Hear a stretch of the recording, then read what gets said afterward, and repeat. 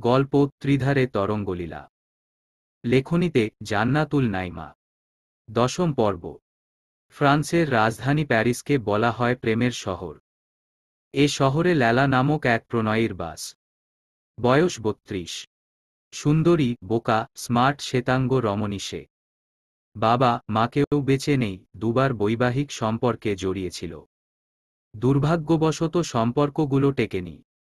বর্তমানে সিঙ্গেল জীবনযাপন করছে, বাবা মায়ের বিজনেস, বড় ভাই আর বোন দেখে। সে তার ছন্নছাড়া জীবনটুকু নিয়ে ভীষণ ব্যস্ত, নিজেকে একজন ইউটিউব ব্লগার হিসেবে প্রতিষ্ঠিত করার প্রাণপণ চেষ্টা করে যাচ্ছে। ইতিমধ্যে ফ্যানফলোয়ার ছড়িয়ে গেছে লাখের ঘরে। এছাড়া গত 1 বছর ধরে খুঁজে চলেছে a man with a beautiful heart. প্রেমের শহরের মেয়ে সে। মনে প্রাণে লালন করে প্রেমানুভূতিকে। তাই একজন যোগ্য ব্যক্তি খুঁজে চলেছে নিজের সবটুকু প্রণয় ঢেলে দেওয়ার জন্য। সে ধারণা করে তার জন্য বিধাতা যাকে ফিক্সড করে রেখেছে, এখন পর্যন্ত সেই সুপুরুষের সঙ্গে তার দেখাই হয়নি। ইতিপূর্বে যে দুজনের সঙ্গে সম্পর্কে জড়িয়েছিল ওরা নেহাতি দুটো অ্যাক্সিডেন্ট। আর অ্যাক্সিডেন্ট নয়, এবার সে বেশ সচেতন। প্রেম করলে রয়েশয় করবে। বিয়েতে জড়ালেও বুঝে শুনে জড়াবে। লোকে প্রথম প্রেম নিয়ে আগ্রাসী থাকলেও সে আগ্রাসী তার শেষ প্রেম নিয়ে। হুটহাট সিদ্ধান্ত নেয়ার ব্যামো রয়েছে ল্যালার। 1.5 মাস আগে মায়ের বান্ধবী, যাকে সে লিটল মমো বলে ডাকে, তার বাসা জেনেভাতে এসেছিল। তখনই পরিচয় হয় নামির সঙ্গে। অ্যালেনের মা আর ল্যালার মা দুজন খুব ভালো বন্ধু ছিলেন। মায়ের মৃত্যুর পর লিটল মমের কাছে মায়ের মতো শান্তি পায় ল্যালা। সেই সুবাদেই জেনেভায় এসে নামির সঙ্গে বন্ধুত্ব হয়। নামি ল্যালাকে লায়লা নামে ডাকে। ল্যালা যে বদ্ধ উন্মাদ হয়ে লাইফ পার্টনার খুঁজে চলেছে। এ নিয়ে পরিবার, বন্ধু, বান্ধব তার সঙ্গে হাসি ঠাট্টা করলেও নামি এসব করে না। বরং সে খুব সুন্দর করে বুঝিয়ে বলেছে, আমার দৃঢ় বিশ্বাস লায়লা, তোমার মতো সুন্দর মনের মেয়ের জীবনে একজন পারফেক্ট ম্যান আসবে, আর তোমাদের প্রেম লায়লা মজনুর থেকেও গভীর হবে। বাংলা ভাষা জানে না ল্যালা, তাই ওর সঙ্গে ইংরেজিতেই বাক্য বিনিময় করে নামি। গতরাতে সৌধ সুহাস ফিরে যাওয়ার পর কিছুতেই নামির ঘুম আসছিল না। ঘুমুতে ঘুমুতে শেষ রাত, চোখটা যখন লেগে এসেছে মাত্র, তক্ষুনি ফোনটা বেজে ওঠে। স্ক্রিনে ভেসে ওঠে ল্যালার নাম। কল রিসিভ করতেই ল্যালা জানায় সে গতকাল জেনেভাতে এসেছে। এখন আসছে তাদের বাসায়। আধ ঘন্টার মধ্যেই পৌঁছে যাবে। ল্যালার স্বভাব সম্পর্কে মোটামুটি জানে নামি, তাই হুট করে কোনো কিছু না জানিয়ে আসাতে অবাক হল না। অ্যালেন বা তার মা বোধহয় জানেই না ল্যালা আসছে। জানলে খুশিই হবে। শরীর ভীষণ দুর্বল লাগছিল। তবু উঠল সে। গায়ে চাদর জড়িয়ে তাকালো সুহৃদের পানে। ছেলেটার ওঠার সময় হয়ে এসেছে। উঠে যদি তাকে না পায় তবে কান্নাকাটি করবে। সুহৃদের সঙ্গে তার কিছু মিল অমিল রয়েছে। সে মিষ্টি পছন্দ করে না, সুহৃদও মিষ্টি খায় না। আবার সে একা থাকতে স্বাচ্ছন্দ্য বোধ করে, কিন্তু সুহৃদও একা থাকতে মোটেই পছন্দ করে না। যতক্ষণ ঘুমায় ততক্ষণ একা থাকলেও ঘুম ভাঙার পর তার সঙ্গে একজন না একজন থাকা চাই। খুব বেশি কাঁদে না সুহৃদও। সব সময় মুখে হাসি লেপ্টেই থাকে, ঠিক বাবার মতো। কাঁদে শুধু ঘুম থেকে ওঠার পর, আশপাশে পরিচিত কোনো মুখ না দেখলে। সুহাসও এরকম।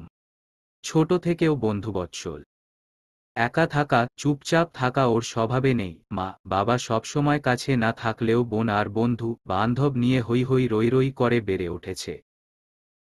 ভাবতে ভাবতে দীর্ঘশ্বাস ছাড়ল নামি। বেঘোরে ঘুমানো বাচ্চাটাকে আর তুলল না, নিঃশব্দে পা টিপে টিপে বেরিয়ে গেল। সিঁড়ি পেরুতে পেরুতেই শুনতে পেল কলিং বেল বাজছে। এত তাড়াতাড়ি এসে গেছে ল্যালা? মাত্রই তো কথা হলো। বলল আধ ঘন্টা লাগবে। সে ভেবেছিল নিচে এসে এক মগ কফি খেতে খেতে অপেক্ষা করবে। ভ্রুযুগল কুঁচকেই সদর দরজার দিকে এগুলো সে। হাড় কাঁপানো শীত। জেনেভা শহরের শীতার্ত ভোর, চারপাশ সাদা তুলোর মতো বরফে ঢেকে গেছে। রাস্তাঘাট, বাড়িঘর কিচ্ছুটি দেখা যাচ্ছে না। সারারাত নির্ঘুম কাটিয়ে ভোর রাতে মনকে আর মানাতে পারেনি সুহাস, ছেলেটাকে চোখের দেখা দেখল, বুকে জড়িয়ে আদর করল। কত হাসি, কত খেলার সঙ্গী হল, অথচ ছেলের মা তার সুহাসিনী। সে দেখা দিল না, না চোখের তৃষ্ণা আর না হৃদয়ের কোনোটিই মিটল না। সুদূর বাংলাদেশ থেকে এ শহরে এসেও যদি মানুষটার দেখা না পায়, তবে মন মস্তিষ্ক ঠিক থাকে থাকে না। তাই তো উন্মাদগ্রস্ত হয়ে বউ আর ছেলের জন্য নিয়ে আসা দুটো লাগেজ ভর্তি জিনিসপত্র নিয়ে বেরিয়ে পড়েছে সে। সৌধকে ডেকে আর বিরক্ত করেনি। এমনিতেই সৌধ তার জন্য অনেক স্যাক্রিফাইস করেছে। এত কিছুর পর শান্তিতে একটু ঘুমাচ্ছে।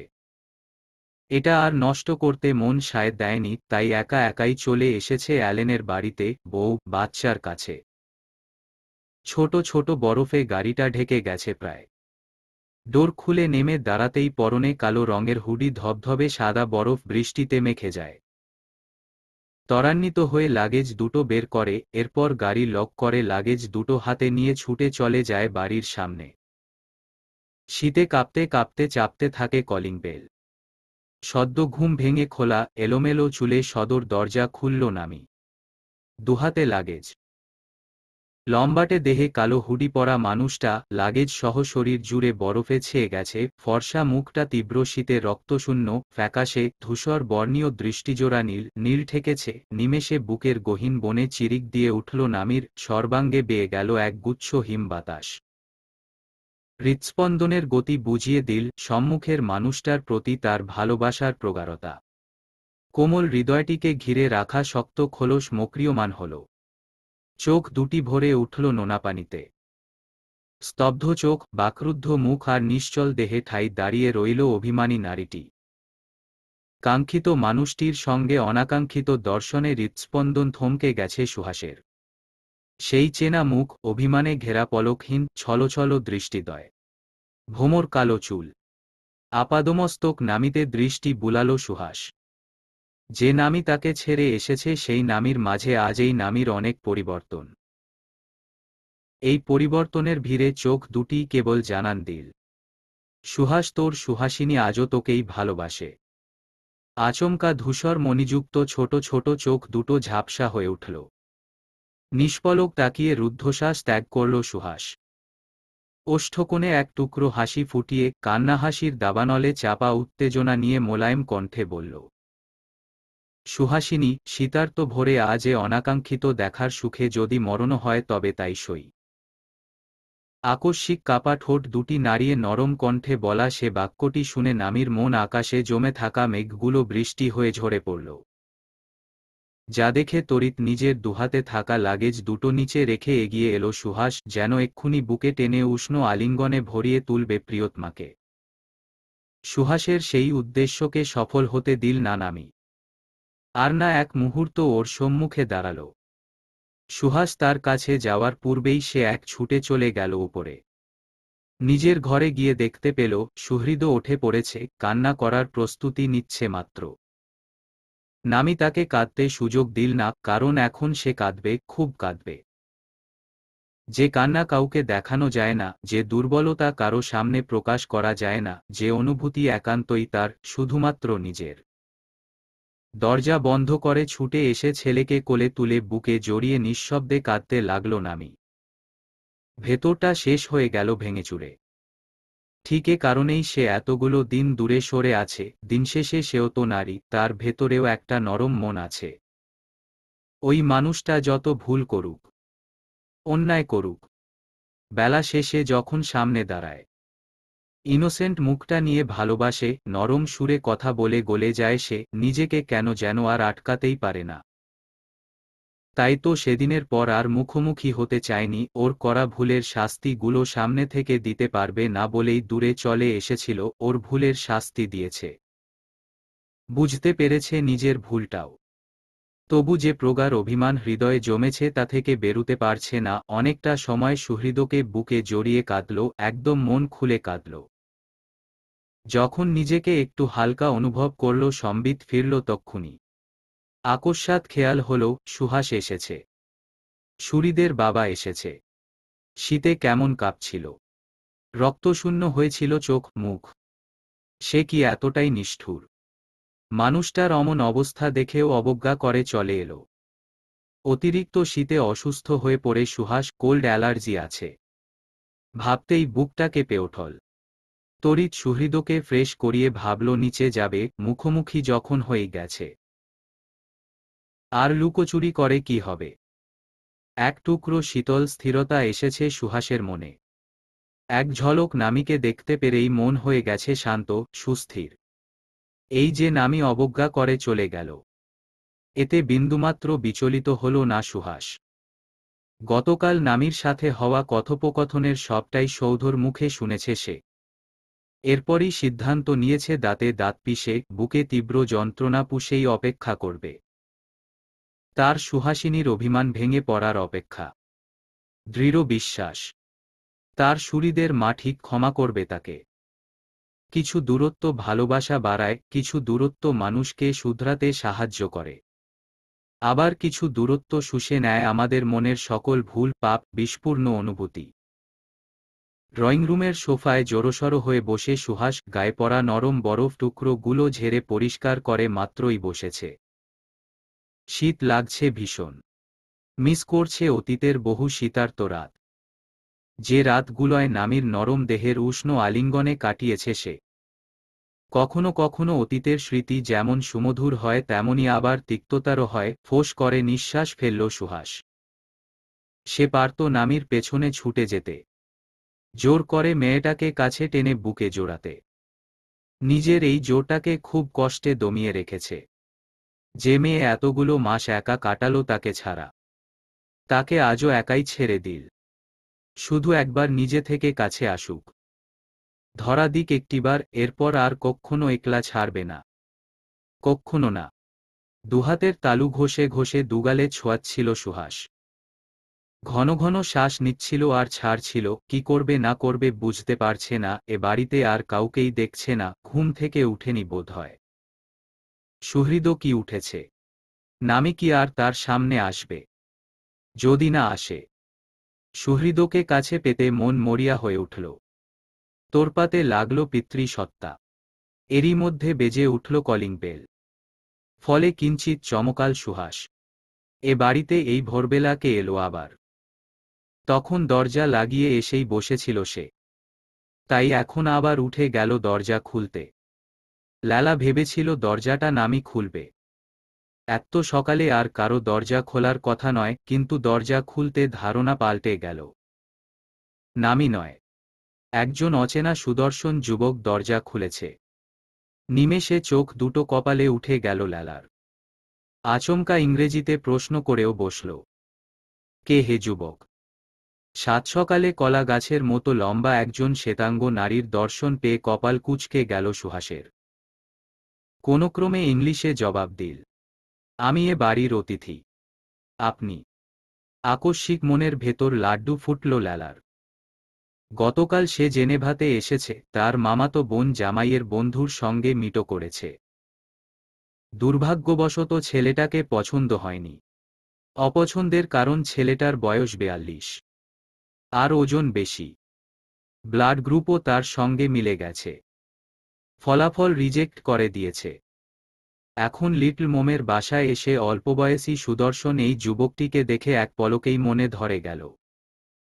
খুশিতে গদগদ হয়ে হাত বাড়াল লালা। বলল, হাই, আমি লালা। সুহাস হাত বাড়াতে গিয়েও বাড়াল না, এমনিতেই রিমান্ডে আছে সে। নারীঘটিত কেলেঙ্কারিতে আর জড়ানো যাবে না। দমে গেল মুহূর্তে। এক ঢোক গিলে সরে দাঁড়িয়ে বলল, আমি সুহাস খন্দকার, পেশায় একজন ডক্টর। ওহ মাই গড! ভিতরে ঢুকতে ঢুকতে চেঁচিয়ে উঠল লালা। সুহাস দরজা আটকে চুপচাপ দাঁড়িয়ে রইল। লালার পরনে জিন্স প্যান্ট আর কালো রঙের লেডিস ব্লেজার, ভেতরে সাদা জাতীয় কিছু পরেছে। হতে পারে টি শার্ট বা শার্ট, এমনিতেই উচ্চতা বেশি। এর ওপর পরেছে 4 ইঞ্চি মতন উঁচু জুতা। উঁচু জুতা পরাতে উচ্চতায় প্রায় সুহাসের সমানই লাগছে। সুহাস আপাদমস্তক লালাকে দেখে নিয়ে সিঁড়ির দিকে তাকাল, যেন সে আশা করছে নামি আসবে বা আসতে পারে। আকস্মিক লালা বলল, মিস্টার সুহাস, আসুন বসুন, এখানে আমরা পরিচিত হই। সুহাসকে কথাটা বলেই গলার স্বর আরও উঁচু করে নামিকে দুবার ডাকল। সহসা নামির নাম নেয়াতে ঘাড় বাঁকিয়ে ফের ল্যালার দিকে তাকালো সুহাস। মেয়েটা নামির পরিচিত। সে তাকালে ল্যালাও তাকাল। মুচকি হেসে ডাকল কাছে গিয়ে বসতে। সুহাস কাছে গেল, বসল পাশে। টুকটাক পরিচয় হলো দুজনার। সুহাস বাংলাদেশি শুনে ভীষণ খুশি হল ল্যালা। মুসলিম শুনে একটু দুঃখও পেল, কারণ সে খ্রিস্টান। পরক্ষণেই ভাবল, ভালোবাসা প্রণয়ের সম্পর্কে ধর্ম বাধা হতে পারে না, এ ভাবনা থেকেও গড়গড় করে নিজের ব্যাপারে অনেক কিছু বলে ফেলল। বয়স বলতেও ভুল করল না। সবশেষে যখন বলল সে দীর্ঘদিন যাবৎ বিয়ে করার জন্য পাত্র খুঁজছে, তক্ষুনি থতমত খেয়ে গেল সুহাস। ভূত দেখার মতো তাকালো ল্যালার পানে, আমতা আমতা করে বলল, আপনি আমার সিনিয়র দিদি। ল্যালা তীক্ষ্ণ দৃষ্টিতে তাকাল। দিদি শব্দটা বেদনাদায়ক লাগল খুব। আপাদমস্তক সুহাসকে দেখে নিয়ে জিজ্ঞেস করল, বয়স কত? 31+। হেসে ফেলল ল্যালা, বলল, কয়েক মাসের ব্যাপার তো, নো প্রবলেম, ম্যানেজ করে নিব। সুহাসের এবার গরম লাগতে শুরু করল। কান দিয়ে উষ্ণ হাওয়া বেরুচ্ছে, এই মহিলা তো তার থেকেও ফার্স্ট। 20 মিনিটের আলাপে বিয়ের প্রস্তাব দিয়ে বসল। এদিকে তার আমানদস্ত বাঘিনী একটা বউ আছে, কিউট একটা বেবি আছে। রুদ্ধশ্বাস ত্যাগ করল সুহাস। ল্যালাকে বলতে উদ্যত হল, সরি দিদি, I am married and I have a beautiful baby. কিন্তু বলতে পারল না। তার পূর্বেই সুহৃদকে কোলে করে নামি নিচে নেমে এলো। ল্যালা ওকে দেখেই লাফিয়ে উঠল, ছুটে গিয়ে জড়িয়ে ধরল নামিকে। কুশল বিনিময় করে এরপর সুহৃদকে কোলে তুলে আদর করতে লাগল। নামি এক পলক সুহাসের দিকে তাকিয়ে দৃষ্টি ফিরিয়ে নিল। ল্যালার আনন্দ উল্লাস কমে এলে হঠাৎ নামিকে টেনে একটু দূরে নিয়ে গিয়ে একদমে বলল, নামি, ওই ছেলেটা বাংলাদেশি, অ্যালেনের বাবার দিকের আত্মীয়, রাইট? ট্রাস্ট মি, ক্রাশ খেয়ে গেছি শীষ। তুমি জানো গতকাল আমি এক পাত্র দেখতে এসেছিলাম, পছন্দ হয়নি, রিজেক্ট করে দিয়েছি। ভাগ্যিস ওটা পছন্দ হয়নি, নয়তো আজ এত বড় চমক পেতাম না। সো সুইট দেখতে, তাই না? বুঝার উপায় নেই সে বাংলাদেশি। আমি অলরেডি প্রপোজ করে দিয়েছি, বুঝলে? বাকিটা প্লিজ তুমি বুঝে নাও। কথাবার্তা বলে তোমার এই বান্ধবীটির ব্যবস্থা করে দাও। বিধাতা যা করে ভালোর জন্যই করে, বলো। কে জানতো শেষমেশ আমার শ্বশুর বাড়ি হবে বাংলাদেশ। উফফ, কি যে খুশি লাগছে। খুশি, উত্তেজনায় তাল হারিয়ে ফেলেছে ল্যালা। একদমে কথাগুলো বলে নামিকে কিছু বলার সুযোগ দিল না। তড়িৎ সুহৃদকে কোলে নিয়েই সুহাসের কাছে চলে গেল। এদিকে নামি বিস্ময় কিংকর্তব্যবিমূঢ়, স্তব্ধ হয়ে ঠাই দাঁড়িয়ে রইল সে। কিয়ৎকাল সময় কাগল বিস্ময় কাটাতে। এরপর চোখ বুজে লম্বা একটি নিঃশ্বাস ফেলল। ঢোক গিলে ভিজিয়ে নিল শুকিয়ে উঠা গলাটা। বার কয়েক পলক ফেলে তাকালো ড্রয়িং রুমে। পাশাপাশি বসে আছে ল্যালা, সুহাস, মাঝখানে সুহৃদ। দেখা মাত্র চোয়াল শক্ত হয়ে উঠল। ল্যালাকে সে বন্ধু মানে, তাই বলে এই নয় সে সীমা লঙ্ঘন করবে। তীব্র ক্ষোভ নিয়েই এক পা বাড়ায় নামি, পরপরই আবার থেমে যায়, মাথা ঝাড়া দিয়ে উঠে। ভাবে, ল্যালা হয়তো জানে না সুহাস তার হাজব্যান্ড, সুহৃদের বাবা। আর ওই বেয়াক্কলটাও নিশ্চয়ই এই পরিচয় এখন অবধি দেয়নি। দেবে কি করে? মেয়েদের সাথে ইটিসপিটিস করতে তো ভালো লাগে। দাঁতে দাঁত চেপে নিজেকে সংযত করল নামি। এরপর মুখটা অত্যন্ত গম্ভীর করে উপস্থিত হল সুহাস ল্যালার সম্মুখে। সুহাস আশা করেনি নামি এভাবে এত সহজে স্বেচ্ছায় তার সামনে আসবে। তাই হকচকিয়ে গেল। ল্যালার চোখ দুটো চকচক করছে। সে ক্ষণে ক্ষণে মুগ্ধ দৃষ্টিতে তাকাচ্ছে সুহাসের পানে। নামি বুদ্ধি করে মুখে কৃত্রিম হাসি ফুটিয়ে ল্যালাকে বলে উঠল, ল্যালা, উনি সুহৃদের বাবা, ডক্টর সুহাস খন্দকার। এহেন বাক্য শুনে সহসা চমকে উঠল ল্যালা। হৃদয় গভীরে বজ্রপাত হল বার কয়েক। থতমত খাওয়া চোখে একবার তাকালো নামির পানে, আরেকবার তাকালো সুহাসের পানে। সুহাসের চোখ দুটো নামির গম্ভীর চোখ আর কৃত্রিম হাসি দেয়া মুখে স্থির কর্ণে বেজে চলেছে একটি বাক্য। ল্যালা, উনি সুহৃদের বাবা, ডক্টর সুহাস খন্দকার। নিমেষে ল্যালার সমস্ত উত্তেজনা মিলিয়ে গেল। অপরাধী মুখে তাকালো নামির পানে। নামি আশ্বাস দিয়ে বলল, আমরা সেপারেশনে আছি, যদি উনি চায় তাহলে তোমরা সম্পর্কে যেতেই পারো। ল্যালা কিছু বুঝে উঠতে পারল না। এদিকে কথা শুনে সুহাস শটান হয়ে দাঁড়িয়ে পড়ল, নামির দিকে দৃঢ় দৃষ্টিতে তাকিয়ে বলল, সুহৃদের বাবা সুহৃদের মাকে ছাড়া দ্বিতীয় কোনো নারীর কথা ভাবতে পারে না। বাংলায় বলাতে ল্যালা সুহৃদও ছাড়া কিছু বুঝতে পারল না। কিন্তু নামি তাচ্ছিল্য হেসে মুখ ঘুরিয়ে নিল। মনে মনে ভেঙাল খুব। সুহাস টের পেয়ে দম্ভ ভরে বলল, আমার জীবনে সুহৃদের মাই শেষ নারী। ল্যালা কিছু বুঝে উঠতে পারছিল না। শেষে কাদো কাদো মুখ করে সরি বলল নামি। সুহাস উভয়কে অনুভব করল তার অতিরিক্ত পাগলামি অধৈর্যতার ফলেই অঘটনটা ঘটে গেলছি। ডিসেম্বরের সূচনা, হিমশীতল পরিবেশ। ধরণীতলে সূর্যরশ্মি পড়ে নিয়ে আজ মনকে মন করা একটা সকাল। অলস দুপুর আর মক্রিয়মান বিকেল। রাতটা পিপাসিত। পিপাসিতা রমণীটি বসে আছে আয়নার সামনে।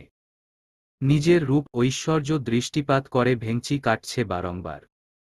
কারণ খুবই হৃদয়স্পর্শী। সুন্দরী তরুণীমার তরুণকুমার ধরাছোঁয়ার বাইরে। চঞ্চলা মন, উষ্ণ নরম দেহ হাপিত্যেশ করে। পরক্ষণেই আবার শিশু ভুলানোর মতো করে বলে। শরীরটুকুই দূরে, মন ঠিকই কাছে মিশে। প্রিয়তমের ভাবনায় মশগুল সিমরান। ব্যস্ত অশান্ত হৃদয়ে সান্ত্বনা দিতে। তৎক্ষণাৎ বেজে উঠে সেলফোন। কাঙ্ক্ষিত মানুষটির কল ভেবে ছুটে যায়। ফোন ধরতেই স্ক্রিনে ভেসে উঠে সুলোল কাকু নামটা। একটুক্ষণ থেমে নিঃশ্বাস ছাড়ে শব্দ করে। এরপর ফোন রিসিভ করে সালাম দেয়। সালাম ফিরিয়ে শান্ত, সুন্দর, সাবলীল কণ্ঠে সুলোল কাকু শুধায়, কেমন আছো আম্মু? আলহামদুলিল্লাহ, আপনারা কেমন আছেন কাকু? উৎফুল্ল কণ্ঠ সিমরানের। সুলোল কাকু স্মিত হেসে বলে, এই তো ভালো।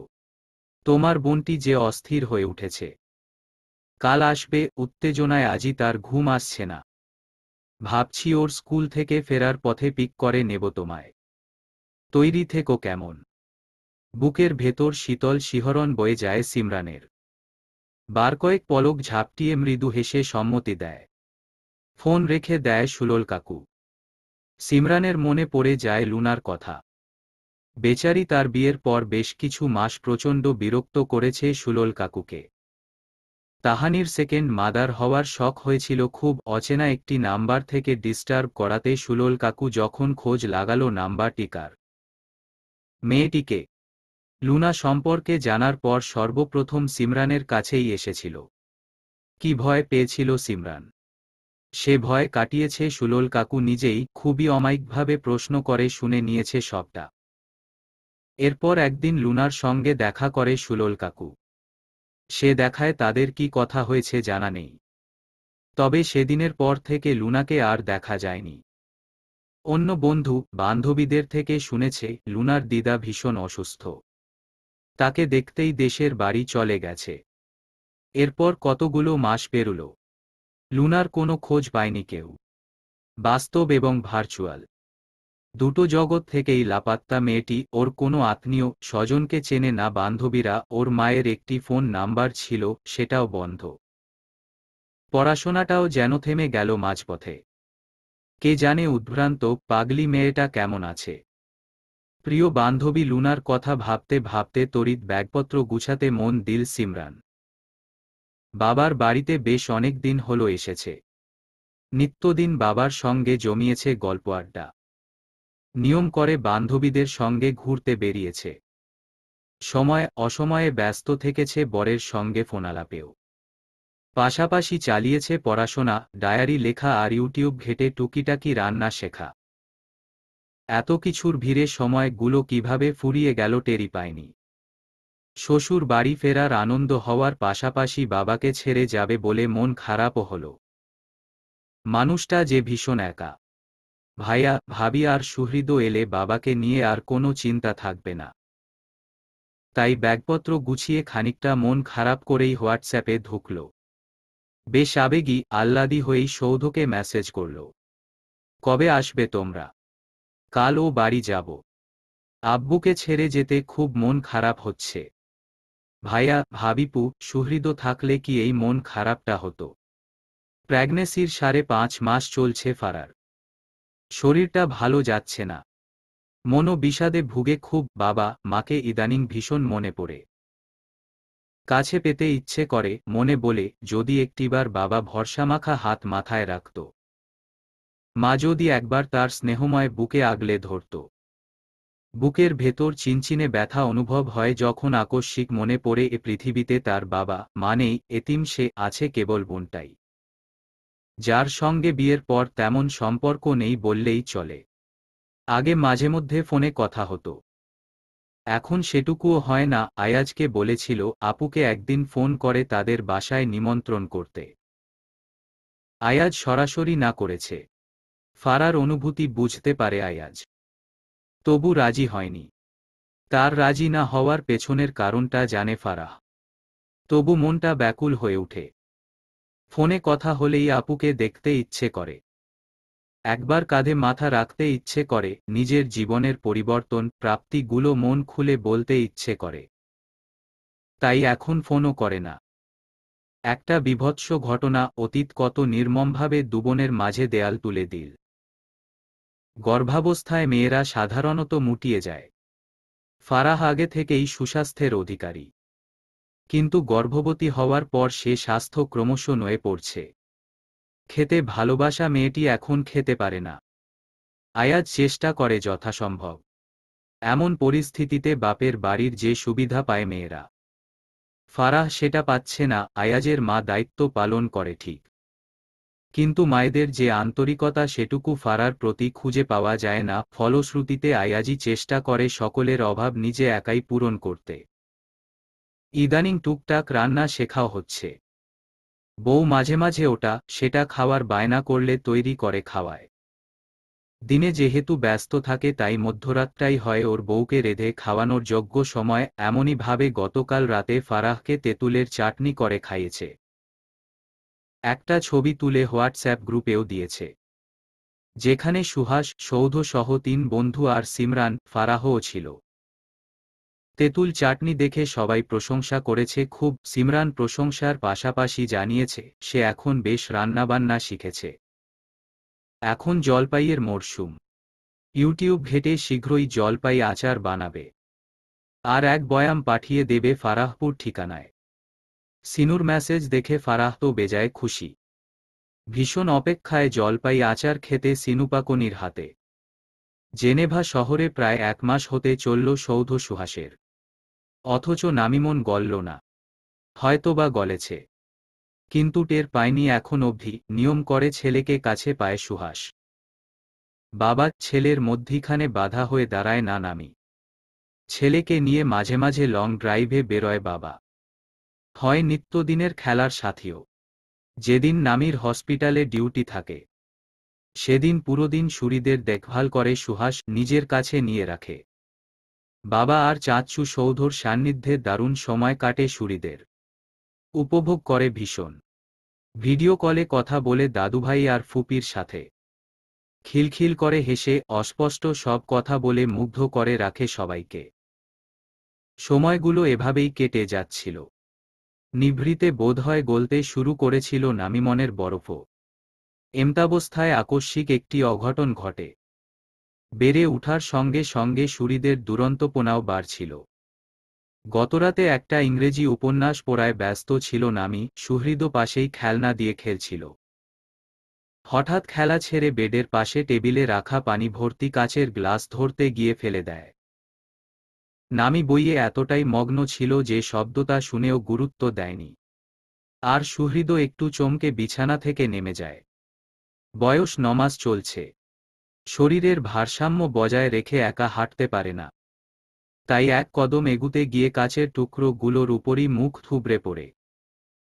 সঙ্গে সঙ্গে গালের একপাশে, হাতে আর পেটে কাঁচ ঢুকে যায়।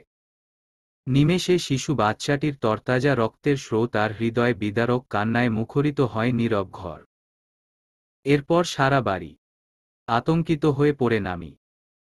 সন্তানের এহেন দৃশ্য দেখে ডাক্তারসত্তা নিভে গিয়ে মাতৃসত্তায় দিশেহারা হয়ে উঠে পাগলপ্রায় হয়ে হাউমাউ করে কাঁদতে কাঁদতে দাঁতে দাঁত পিষে শ্বাসরুদ্ধ করে সুহৃদের শরীর থেকে কাচের টুকরোগুলো বের করে। এরপর নরম কাপড়ে কেটে যাওয়া অংশগুলো বেঁধে ছেলেকে বুকে জড়িয়ে ছুটে যায় নিচে। বাড়িতে অ্যালেন ছিল, তাই তাকে নিয়ে বেরিয়ে পড়ে হসপিটালের উদ্দেশ্যে। গালে আর পেটে দুটো সেলাই পড়ে বাচ্চাটার, হাতে ব্যান্ডেজ। সুহাস আর সৌধকে খবর জানালে তারা যেভাবে যে অবস্থায় ছিল সেভাবেই ছুটে আসে। এতটুকুন একটা বাচ্চা, ছোট্ট শরীর, ধকল ঠিক কতটা গেছে ভাবতেই শিউরে উঠে সুহাস চোখমুখ লাল করে বিধ্বস্ত হৃদয়ে দাঁড়িয়ে থাকে। ছেলেকে নিজের কাছে চাইলে জানানো হয় সুহৃদকে দুগ্ধপানে ঘুম পাড়ানোর চেষ্টা করছে নামি। মধ্যরাত, হসপিটাল কেবিনে ঘুমে বিভোর সুহৃদ, পাশে নামি টলমল চোখে ছেলের ব্যান্ডেজ করা অংশে তাকিয়ে আছে। সুহাস এলো তখন, একটু চমকাল নামি এক পলক তাকিয়ে দৃষ্টি ফিরিয়ে নিল।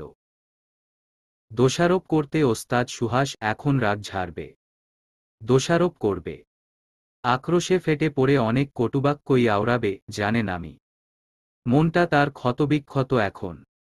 সুহাসের দোষারোপ ক্রোধ সহ্য করার শক্তি নেই, আর না আছে প্রতিবাদ করার সামর্থ্য। তাই কান্না বিগলিত কণ্ঠে বলল, প্লিজ, যত রাগ ঝাড়ার, যত দোষারোপ করার পরে করো। এ মুহূর্তে মনের দিক দিয়ে আমি ভীষণ আহত। বেডের একপাশে চুপচাপ বসল সুহাস, রক্তিম দৃষ্টিজোড়া ছেলের ব্যথাতুর মুখে স্থির। নামির দিকে তাকালো না, শুধু প্রত্যুত্তরে বলল, রাগ দোষ? আমার সন্তানের কোনো বিপদেই তো আমি পাশে থাকতে পারিনি। ওর একটু একটু করে বেড়ে উঠা এ পৃথিবীতে আগমনের কোনো অনুভূতিই আমি পাইনি। না ওর পাশে থাকতে পেরেছি আর না ওর মায়ের, তাহলে আজ কোন অধিকারে দোষারোপ করব? কি স্পর্ধায় রাগঝাড়? ধরে আসা গলায় কথাগুলো বলতেই ডান চোখ বেয়ে অশ্রু ঝরে পড়ল। টলমল দৃষ্টিতে নামি দেখল তা, বুকের ভেতর রক্তক্ষরণ হয়ে গাল বেয়ে নোনাপানির ধারা নামল তারও। অনুভব করল একই রক্তক্ষরণ সুহাসেরও হচ্ছে। সে যেমন সুহৃদের মা, সুহাসও বাবা। তার থেকে আজ যেন সুহাসের যন্ত্রণাটাই বেশি। অপারগতার যন্ত্রণা যে ভয়ানক হয়, ভীষণ ভয়ানক। জেনেভাতে সকাল 10টা। হসপিটাল থেকে সুহৃদকে নিয়ে বাসায় ফিরল নামি, সঙ্গে অ্যালেন। সুহাস ফিরে গেছে হোটেলে। লম্বা একটি শাওয়ার নিয়ে চটজলদি ছেলের কাছে ফিরবে। এদিকে সৌধর মন বিচলিত হয়ে আছে খুব। পরশু রাতে দুঃস্বপ্ন দেখেছিল সে, সিমরানকে নিয়ে। তীব্র জ্বরে বিছানায় শুয়ে কাতরাচ্ছে সিমরান। সুশ্রী মুখটা বিবর্ণা, সুগঠিত দেহে করুণ ভাঙন। যে রূপে অর্ধাঙ্গিনীকে দেখে ঘুমের ঘোরেই হৃৎস্পন্দন থেমে গিয়েছিল সৌধর। হাঁসফাঁস করতে করতে ঘুম ভেঙে বসেছিল শটান, উদ্ভ্রান্তের মতো ফোন করেছিল বউকে। সে কি আবেগঘন মুহূর্ত! সুহাস শাওয়ার নিয়ে রুমে এলো। দেখল চিন্তিত মুখে বসে আছে সৌধ। ঘড়ি দেখছে বারবার। ঘড়ির কাঁটা নির্দিষ্ট একটি সময়ে গেলেই ফোন করবে সিনুকে, জানে সুহাস। তাই মলিন মুখে মৃদু হাসি টেনে বলল, ফ্রেশ হয়ে ব্রেকফাস্ট করে নে সৌধ, আমি বেরুব। গায়ে শার্ট চাপাতে চাপাতে কথাটা বলল সুহাস। সৌধ ফোঁস করে নিঃশ্বাস ছেড়ে উঠে দাঁড়াল। চিন্তিত ভঙ্গিতে এসে দাঁড়াল সুহাসের সম্মুখে। দুহাত বাড়িয়ে স্পর্শ করল সুহাসের কাঁধের দুপাশ। এরপর ঠোঁটে অল্পখানি হাসি টেনে বলল, বউ, বাচ্চার পাশে থাক, আগলে রাখো ওদের। এতদূর এসে বিফল হয়ে যেন ফিরতে না হয়। বন্ধুর কথায় স্মিত হাসল সুহাস। দৃষ্টি দৃঢ় করে তাকাল সৌধর মুখপানে। বলল, টেনশনে আছিস মনে হচ্ছে। কাকে নিয়ে টেনশন করছিস, সুহৃদ না সিনু? মুখটা গম্ভীর হয়ে গেল সৌধর। সুহাসকে ছেড়ে সরে দাঁড়াল। দুটো হাত পকেটে গুজে দিয়ে বুক টানটান করে শ্বাস নিল। অন্যরকম গলায় বলল, পরশু সিনুকে নিয়ে দুঃস্বপ্ন দেখেছিলাম। মনটা অশান্ত ছিল। এখন সুহৃদের এই বিপদ স্বপ্নটাকে ভাবাচ্ছে নতুন করে। ভ্রুকুচকে গেল সুহাসের। আশ্চর্য হয়ে এসে দাঁড়াল সৌধর সামনে, বলল, কিরে ভাই, আজকাল তুইও দুঃস্বপ্ন মানিস। সম্বিত ফিরে পেল যেন সৌধ। সত্যি তো, এমনটা সত্যি তার ব্যক্তিত্বে যায় না। তবু কেন এত অস্থির লাগছে? বিষয়টা সিনুকেন্দ্রিক তাই কি? নিজের ভেতরে চলা অশান্তি আর চেপে রাখতে পারল না সৌধ। অন্যমনস্ক হয়ে বলে ফেলল, সিনুকে নিয়ে আমার এত ভয় লাগছে কেন রে সুহাস? Don't mind bro. কিন্তু কথাটা না বলে থাকতে পারছি না। নিধি আমার জীবন থেকে চলে যাওয়ার পর যে অনুভূতিটা হয়েছিল, সেই অনুভূতিটাই যেন আরো গভীর হয়ে দানা বেঁধেছে বুকে। এমনটা কেন লাগছে সুহাস? সিনু তো আমারই বল। তবু কেন এই ফিলিংসে অসহনীয় হয়ে উঠছি আমি? আকস্মিক বুক কেঁপে উঠল সুহাসের। পরক্ষণেই আবার স্বাভাবিক হয়ে বলল, আম সিওর সিনুর প্রতি এতদিন তোর ভালোবাসা টালোবাসা কিচ্ছু ছিল না, এখন দূরে এসে ওকে মিস করছিস। ভালোবাসাও তৈরি হয়ে যাচ্ছে ওর জন্য। সুহাসের বোকা বোকা মন্তব্যে নিমেষে পরিবেশ বদলে গেল। সৌধ চোখ দুটো ছোট ছোট করে বিড়বিড় করে বলল, আসছে আমার বুদ্ধিজীবী। সুহাস বলল, কিছু বললি না? বুঝলাম। কি? তুই বুঝবি না? দূর শালা, আমি তোর শালা নাকি তুই আমার? আচমকা সৌধর কলার চেপে ধরল সুহাস। খোঁচা দিয়ে বলল, তোর বউয়ের বড় ভাই আমি। সম্মান দিয়ে কথা বল।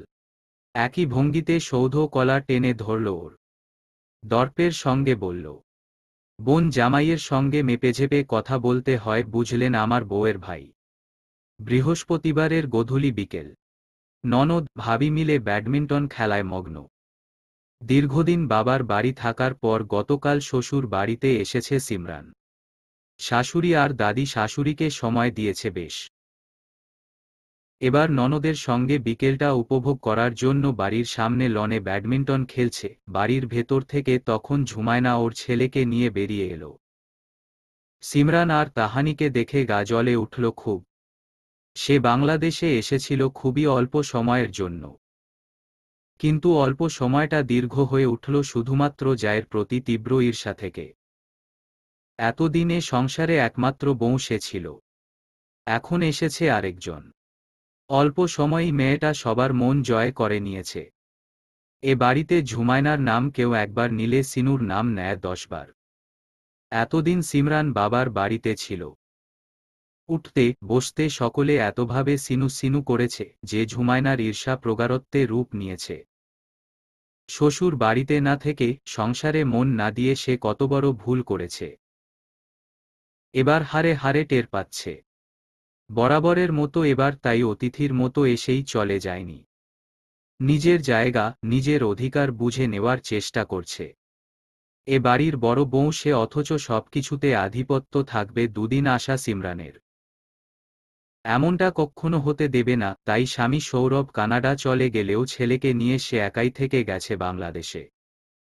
সুশ্রী প্রাণ চঞ্চল মেয়ে সিমরান এ বাড়ির সুখী বধূ।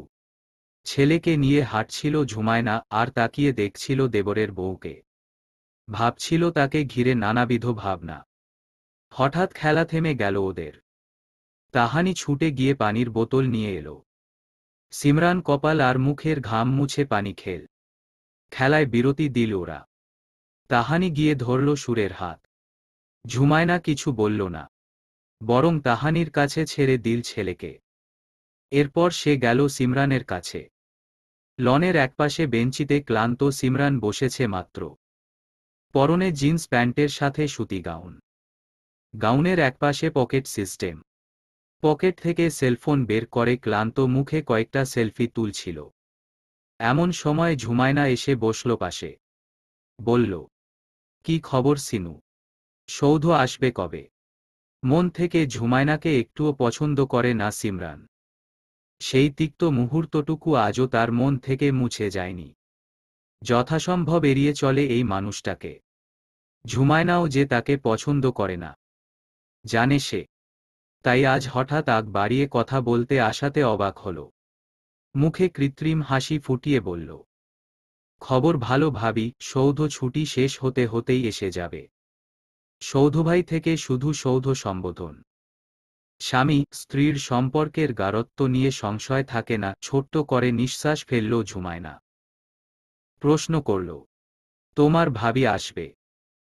আসবে। আত্মবিশ্বাসী কণ্ঠস্বর।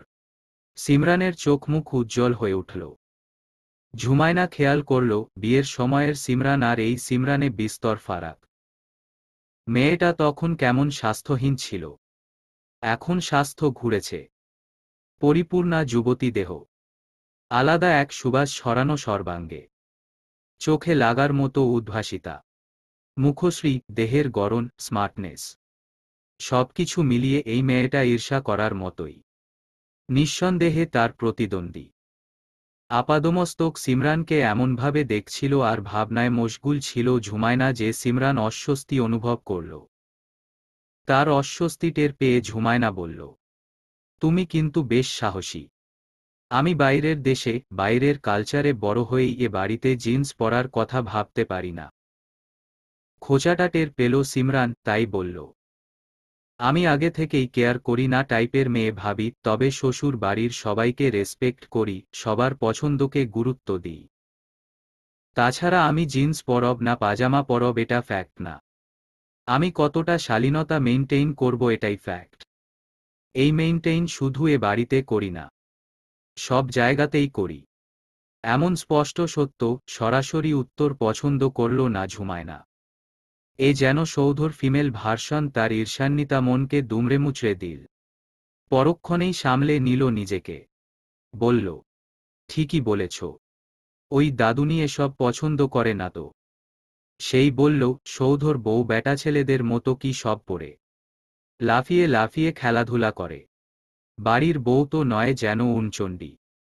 মহা অবাক ভঙ্গিতে সিমরান গালে হাত রাখল। বলল, তাই দাদুনি বলল এটা? ঝুমায়না মাথা দুলাল। সিমরান মুচকি হেসে বলল, শ্বশুর বাড়িতে সবাই ভালোবাসা আদর দিলে জমে না ভাবি। এক দুইজন শাসন করবে, বাঁকা চোখে তাকাবে, খোঁচা মেরে কথা বলবে, হিংসেই জ্বলে পুড়ে নিজের আগুনে পুরাতে আসবে। তবেই না শ্বশুর বাড়ি ফিলিংস হবে। আমার তো বেশ ভালোই লাগে এসব, ভেরি এনজয়েবল। অপমানে মুখ থমথমে হয়ে গেল ঝুমায়নার। নিমেষে ফোন বেজে উঠল সিমরানের। স্ক্রিনে ভেসে উঠল টগবগে যুবক সৌধ চৌধুরীর ছবি। ঝুমায়না উঠে পড়ল তড়িৎ। সিমরান ফোন রিসিভ করতেই ওপাশ থেকে সৌধ বলল, কি করা হচ্ছে মিসেস? ব্যাডমিন্টন খেলছিলাম, এখন রেস্ট নিচ্ছি। তুমি কি করছো? সুহৃদ কোথায়? আজ যাওনি ওর কাছে? সুহৃদের অ্যাক্সিডেন্টের বিষয়টা কেউ জানায়নি সিমরানকে। অযথা মন খারাপ করবে, দুঃখে হয়তো কেঁদেও ফেলবে। তাই সৌধ বলল, না যায়নি, সুহাস গেছে। ওরা ওদের মতো সময় কাটাক এখন। তুমিও ফোন টোন করো না, একা ছেড়ে দাও। ওরা ওদের মতো থাকুক, ভুল বুঝাবুঝি, দূরত্ব মিটিয়ে নিক, তারপরই ফেরার পালা। সৌধ কথা বলছিল, মন্ত্রমুগ্ধের মতো তাকিয়ে ছিল সিমরান। সুহৃদের প্রসঙ্গ আপনা আপনিই বদলে গেল। ওরা তাকিয়ে ছিল দুজন দুজনের পানে। হঠাৎ লজ্জায় আরক্ত হয়ে দৃষ্টি সরিয়ে নিল সিমরান। উঠে হাঁটতে হাঁটতে বলল, জানো ফারাহপুকে আচার করে পাঠিয়েছি আমি, তোমার জন্যও রেখেছি। কবে আসবে বলো তো? একটু মরিয়া স্বর। সৌধ বুঝল তা। নির্নিমেষে তাকিয়ে নিজের আকুলতা গোপন করল। এরপর জিজ্ঞেস করল, খুব শীঘ্রই আসব, কিন্তু বউটির জন্য কি নিয়ে আসব ভেবে পাচ্ছি না। লাজুক ভঙ্গিতে মৃদুস্বরে সিমরান জবাব দিল, বর এলেই চলবে, আর কিচ্ছু চাই না। নিঃশব্দে হাসল সৌধ। বলল, কিছু তো লাগবেই। কি লাগবে বলো? আকস্মিক আশপাশে তাকিয়ে চুপি চুপি সিমরান বলল, কিছু লাগবে নিশ্চয়ই। সেটা ওদেশ থেকে আনতে হবে না, তুমি এসো তারপর নিয়ে নিব। দৃষ্টি গাঢ় করল সৌধ, কৌতূহলে ভরপুর। সিমরান সে গাঢ়তা মিশানো কৌতূহল দেখে তীব্র লজ্জায় পড়ল। শীতল প্রকৃতিতে উষ্ণ পরিস্থিতি বদলাতে বলল, শোনো। ইয়েস। এক বাক্স বরফ টুকরো এনো। বরফ? কি হবে তা দিয়ে? বরফ স্নান করব। শব্দ করে হেসে ফেলল সৌধ। লাজুকতা ভরে মৃদু হাসিতে টলমল হয়ে রইল সিমরানও। একটুখানি দূরে ঝুমায়না দাঁড়িয়ে, বকুল ফুল গাছের পানে তাকিয়ে শুনছিল সিমরান সৌধর কথোপকথন। এত সুখ আহ্লাদের কথা শুনে মুখ ভেঙচাল। বিড়বিড় করে বলল, ন্যাকা বউয়ের সঙ্গে থেকে থেকে এই সৌরভের ভাইটাও ন্যাকা হয়ে উঠছে দেখি। ভালোবাসার মানুষটির সঙ্গে মিলেমিশে একাকার হয়ে প্রতিটি মানুষই নিষ্পাপ বাচ্চাসুলভ হয়ে যায়, এই সুন্দর মিষ্টি আদুরে অনুভূতি কি ঝুমায়নারা বুঝে? কেটে গেল বেশ কিছু দিন। আজ সুরিদের সেলাই কাটা হয়েছে। কান্নাকাটি করেছে খুব। বাবা মা মিলে আগলে রেখেছে সম্পূর্ণ সময়। ছেলে সামলাতে গিয়ে নাওয়া খাওয়া হয়নি কারো। দুপুর পরে সুহৃদও ঘুমালো বাবার বুকে। সারা বাড়ি ঘুরে ঘুরে ছেলেকে ঘুম পাড়িয়েছে সুহাস। নামিও নিজের সব কাজ ফেলে সুহাসের পিছু পিছু ঘুরেছে। না জানি কখন তার প্রয়োজন পড়ে, কিন্তু না, প্রয়োজন পড়েনি মায়ের। বাবাই সামলে নিয়েছে। তাই সে গিয়ে বিছানা ঠিকঠাক করল। সুহাস এসে শুইয়ে দিল সুহৃদকে। নামিকে বলল, ফ্রেশ হয়ে নাও, লম্বা সময় ঘুমাবে এখন। নামি সম্মতি দিয়ে প্রশ্ন করল, তোমার খিদে পেয়েছে তো? তুমিও ফ্রেশ হয়ে নাও। খেতে দিচ্ছি। দরকার নেই, আমি রিসোর্টে ফিরে খেয়ে নিব। এই নিয়ে কতবার যে ব্যর্থ হল নামি।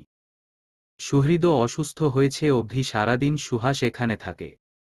কখনো মধ্যরাতও হয়ে যায়। বাচ্চাটার অভ্যেস খারাপ হয়ে গেছে। বাবা ভক্ত হয়েছে ভীষণ। না ঘুমোনো পর্যন্ত সুহাস যেতে পারে না, চোখের সামনে চলে গেলে কান্নাকাটি করে। অমন কাঁদিয়ে যেতে কষ্ট হয় সুহাসের। নামিরও খারাপ লাগে সুহৃদও এভাবে কাঁদলে। মূলত বাচ্চার কারণেই এখন দীর্ঘসময় থাকতে হয়। নিজের কাছে নিয়ে রাখলে নির্দিষ্ট একটা সময় পর আবার মায়ের জন্য কাঁদে।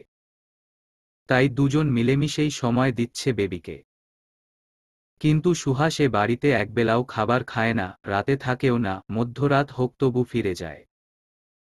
বিশেষ জোর করে না নামিও। সে সম্পূর্ণভাবে সুহাসকে গ্রহণ করেনি বলেই হয়তো এখানে থাকতে খেতে আত্মসম্মানে লাগে সুহাসের। দীর্ঘশ্বাস ফেলল নামি। চলে গেল ফ্রেশ হতে। কেন জানি নিজেরও খেতে ইচ্ছে করল না। অ্যালেনের স্ত্রী উইরা খেয়াল করল বিষয়টা। লাঞ্চ করবে কিনা জিজ্ঞেস করলে মিথ্যা বলে দিল, আমরা বাইরে থেকে খেয়ে এসেছি। অন্য দিনের তুলনায় আজ তাড়াতাড়িই চলে গেল সুহাস। সুহৃদও ঘুম থেকে উঠে মায়ের সঙ্গে সময় কাটাচ্ছিল। কিন্তু সন্ধ্যার পর থেকে কি হলো কে জানে, কান্নাকাটি শুরু করল। অ্যালেন এসে থামালো একবার, ঘুরল বাড়ি জুড়ে। কিছুক্ষণ চুপচাপ থেকে আবার কাঁদতে কাঁদতে ঘুমিয়ে গেল। রাত বাড়ল। ঘুম থেকে একবার উঠল সুহৃদ। নামি রাতের খাবার তৈরি করে চেষ্টা করল খাওয়াতে। একবার মুখে দিয়ে ফেলে দিল। বিরক্ত হল নামি। একটু ধমক দিল। ঠোঁট উল্টে কেঁদে ফেলল ছেলেটা। অভিমান করে দূরে বসে রইল নামি। কিছুক্ষণ পর অভিমান সরিয়ে কাছে টেনে নিল বুকের ধনকে। শরীরটা নরম, ঈষৎ উষ্ণ। সময় বাড়ার সঙ্গে সঙ্গে সেই উষ্ণতা বৃদ্ধি পেল। থার্মোমিটারে জ্বর মেপে দেখল 101 ডিগ্রি। চমকে উঠল মায়ের মন। এসব কেন হচ্ছে? এত ধকল যাচ্ছে কেন বাচ্চাটার ওপর? মনটা অশান্ত হয়ে উঠল খুব। সৃষ্টিকর্তা কেন বারবার তার মাতৃহৃদয়ে আতঙ্ক ছড়াচ্ছে? এ কিসের ইঙ্গিত? বুকের মাঝে ছেলেকে জড়িয়ে মোবাইল ফোন হাতে নিল নামি। কল করল সুহাসকে। জেনেভায় সময় তখন রাত 12:35। দুই বন্ধু সন্ধ্যায় বেরিয়েছিল। ফিরেছে 11টার দিকে। ঘুমানোর উদ্দেশ্যে বিছানায় এসেছে 12টায়। অর্থাৎ এখন সবে চোখ লেগেছে ওদের। এমন সময় ফোন বেজে উঠতেই চমকে চোখ খুলল সুহাস। সৌধ নড়েচড়ে ফিরে তাকাল। স্ক্রিনে নামির নাম দেখেই শটান উঠে বসল সুহাস। বুকটা ধক করে উঠেছে নাম দেখেই। সামান্য কাপল হাতটাও শুকনো একটা ঢোক গিলে ফোন রিসিভ করতেই নামি রুদ্ধশ্বাসে বলল, সুরিদের জ্বর এসেছে, একবার আসতে পারবে? এক্ষুনি আসছি বলেই ফোন কেটে তোরাক করে উঠে দাঁড়াল সুহাস। এপাশে স্থবির হয়ে গেল নামি। মস্তিষ্ক ফাঁকা ফাঁকা লাগছে। এমন ছেলেমানুষই সে কেন করে ফেলল? সুহৃদের জ্বর হয়েছে। সে কি একা সামলাতে পারত না? তবে কেন এতটা ভেঙে পড়ল? কেন এভাবে সঙ্গ চাইল ওই মানুষটার? পরক্ষণেই নিজেকে করা প্রশ্নগুলোর উত্তর নিজেই দিল। আর কত রাগ জেদ ধরে থাকবে? এভাবে সত্যি দম বন্ধ লাগছে। এবার একটু হাঁপ ছাড়া উচিত। বাঁচা উচিত মুক্ত শ্বাসে। এভাবে ক্লান্ত লাগছে। ভীষণ ক্লান্ত লাগছে। সুহাস এসে দেখল নামির মুখ বিধ্বস্ত। কান্না করেছে টের পেল। সুহৃদের জ্বর মাপল নিজ হাতে। কি মেডিসিন দিয়েছে দেখে নিল একবার। এরপর ডাক্তার বাবা মা মিলে এফোর্ট দিয়ে বাচ্চার জ্বর কমাতে সফল হল। ঘড়িতে সময় তখন ৩:৪২। জ্বর ছাড়ার পর বাবার বুকে খচমচ করছিল সুহৃদ। নামি পাশেই শোয়া। টের পেল মায়ের বুক খুঁজছে। তাই হাত বাড়াল। সুহাস আলতোভাবে ছেলেকে তার কাছে দিলে সে মৃদুস্বরে বলল, ওপাশ ফিরো। বুঝে উঠল না সুহাস। নামি দ্বিতীয়বার বোঝাল না। ছেলেকে কৌশলে নিজের বাপাশে নিয়ে সে নিজেই পিছু ফিরল। দীর্ঘক্ষণ পর মায়ের দুগ্ধপানে শান্ত হল সুহৃদ। সুহাস স্তব্ধ দৃষ্টিতে কিতক্ষণ তাকিয়ে রইল ওদিকে। পুরো বিষয়টা বুঝে নিয়ে হাসল কিঞ্চিত। বুকের ভেতর জেগে উঠল অদ্ভুত এক শিহরণ।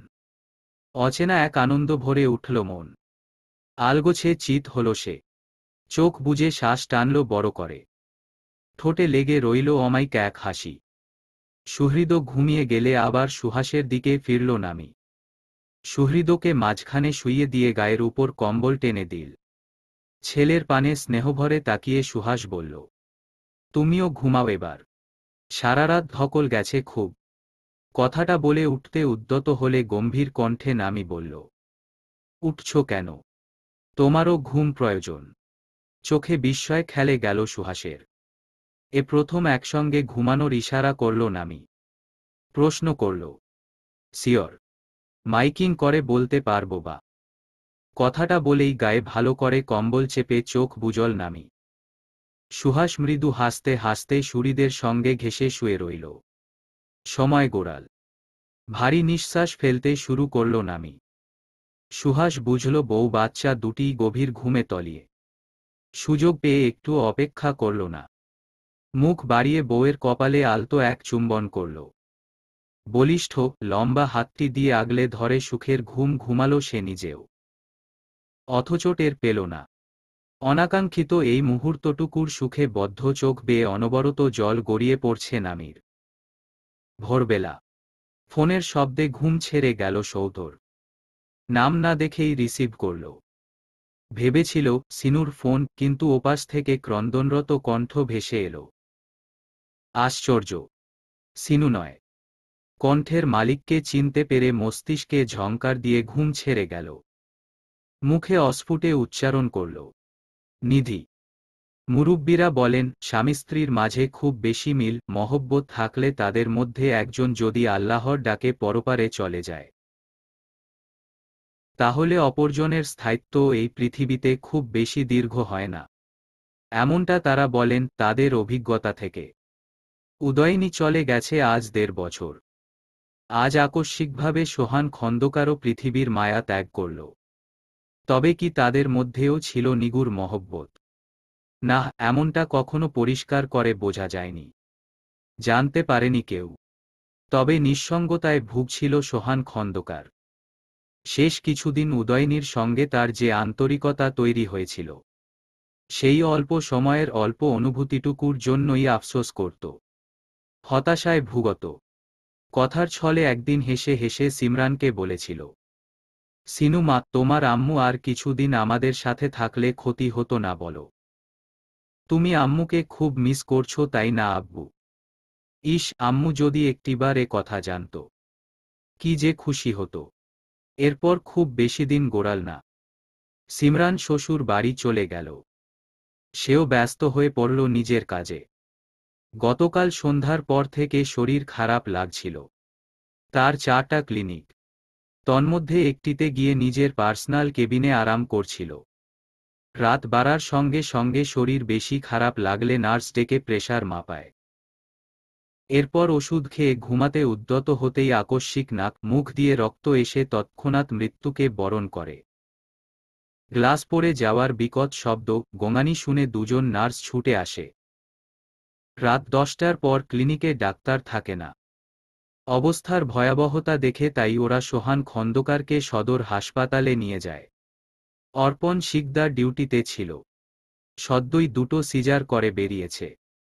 এমতাবস্থায় সোহান খন্দকারকে নিয়ে এলে চেক আপ করে দেখল হি ইজ নো মোর। তীব্র উত্তেজনা নিয়ে সেই মুহূর্তেই নিধিকে ফোন করে অর্পণ। ছেলেকে শাশুড়ির দায়িত্বে রেখে হসপিটালে ছুটে আসে নিধি। চোখের সামনে সোহান খন্দকারের মৃত দেহ দেখে ভেঙে পড়ে ভীষণ। মনে পড়ে যায় অতীতের মধুর স্মৃতিগুলো। চারপাশে এত মানুষ, অথচ সোহান খন্দকারের আপন বলতে কেউ উপস্থিত নেই। নিধির বুক কেঁপে ওঠে।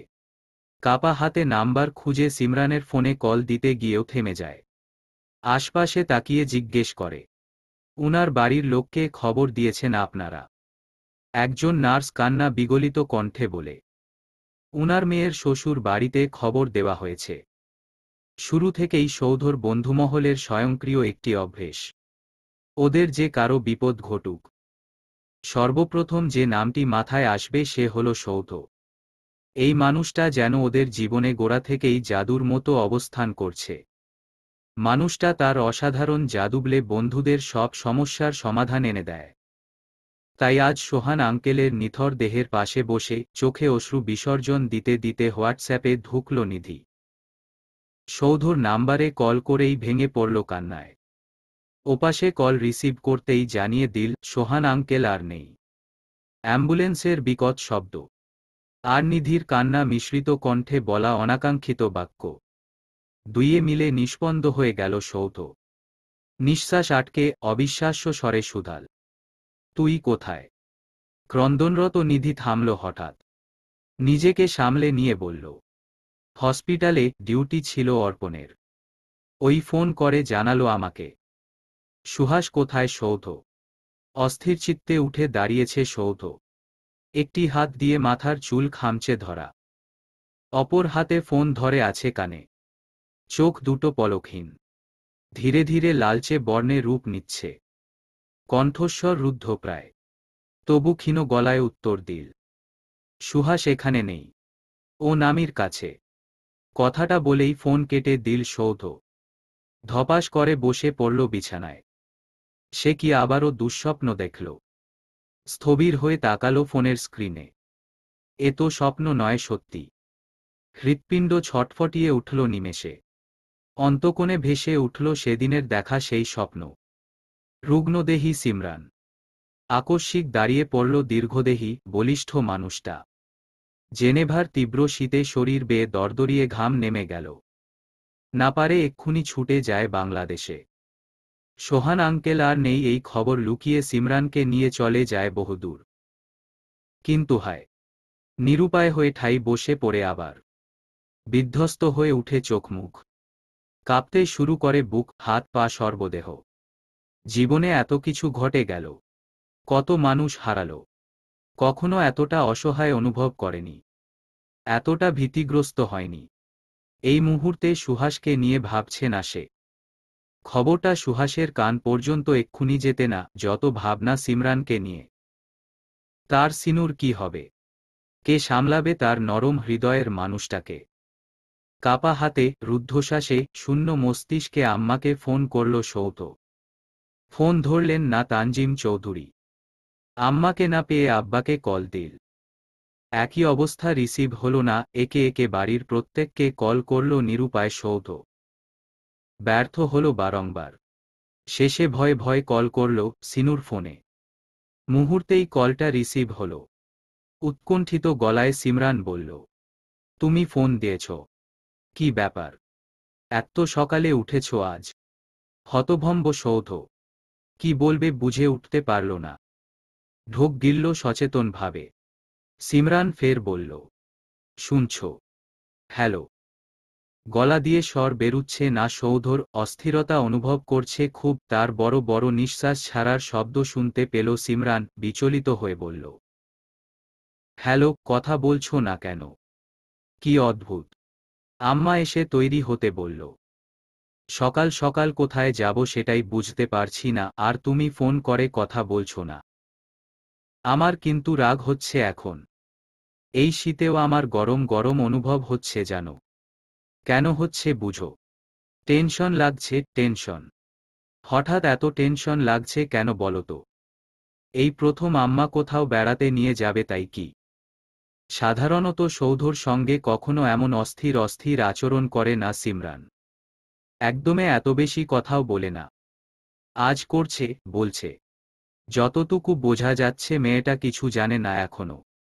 তবু এমন হাঁসফাঁস করছে। করবে নাই বা কেন? সকাল সকাল বিনা নোটিশে শাশুড়ি এসে বেরুবার জন্য তৈরি হতে বললে বুঝি দুশ্চিন্তা হয় না? সৌধ তার লাল টকটকে চোখ দুটো বুজে ফেলল আচমকা। চোয়াল বেয়ে গড়িয়ে পড়ল এক ফোঁটা নোনা পানি। এপাশে সিমরান অধৈর্য হয়ে ফোন কেটে দিতে উদ্যত হল। তক্ষুনি সে ভরাট স্বরে বলে উঠল, সিনুপাকনি, আমি আসব। খুব তাড়াতাড়ি আসব তোমার কাছে। তুমি প্লিজ প্রমিজ করো আমাকে। নিজেকে সামলে রাখবে। অন্তত আমি না আসা পর্যন্ত। তোমার ভাবি, ভাইয়া, তোমার সৌধ আর ছোট আব্বু সুহৃদ আসছে তোমার কাছে। খুব শীঘ্রই আসছে। তোমার কণ্ঠ এমন লাগছে কেন সৌধ ভাই? সহসা সিরিয়াস হয়ে প্রশ্নটি করল সিমরান। অতীতের অভ্যেস মতো তাই কখন সৌধভাই বলে ফেলল টেরও পেল না। সৌধ অতিরিক্ত চিন্তায় আবেগপ্রবণ হয়ে কি করবে দিশা পেল না। এদিকে তানজিম চৌধুরী দরজায় টোকা দিচ্ছেন। বেদনার্ত কণ্ঠে বললেন, সিনু মা হলো তোমার। পরিস্থিতি ঘুরে গেল তড়িৎ। সিমরান বলল, হ্যালো ডক্টর, শুনছ? আমি তৈরি হচ্ছি। পরে ফোন করব তোমাকে। তুমি আরেকটু ঘুমাও বা ফ্রেশ হয়ে ব্রেকফাস্ট করে নাও কেমন? কথা শেষে ফোন রেখে দিল সিমরান। সৌধ হাত পা ছেড়ে বসে রইল ফ্লোরে।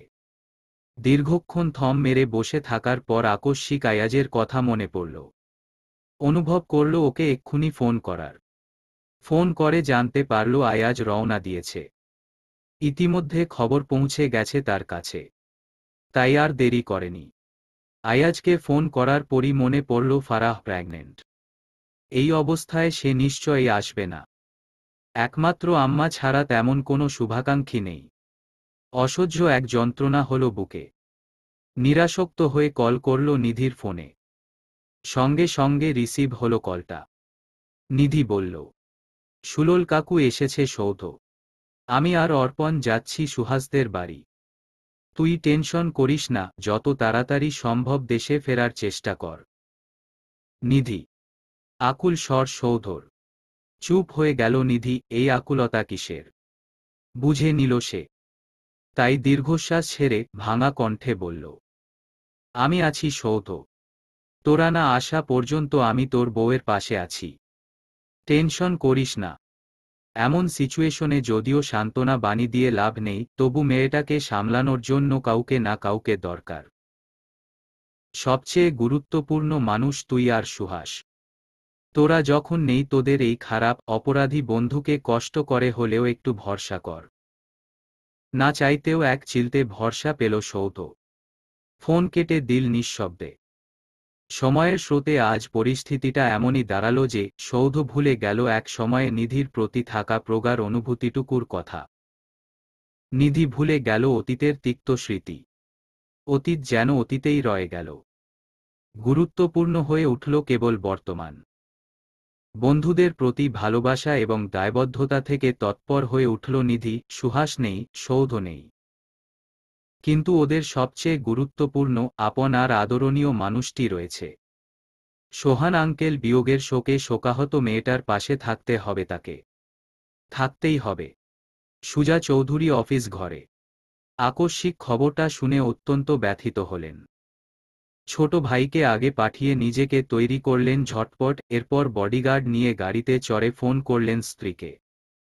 আদেশ দিলেন, ড্রাইভার রেডি। ছোট বৌমাকে নিয়ে চটজলদি বেরিয়ে পড়ো। তানজিম চৌধুরী বোরখা পরে অপেক্ষা করছিলেন।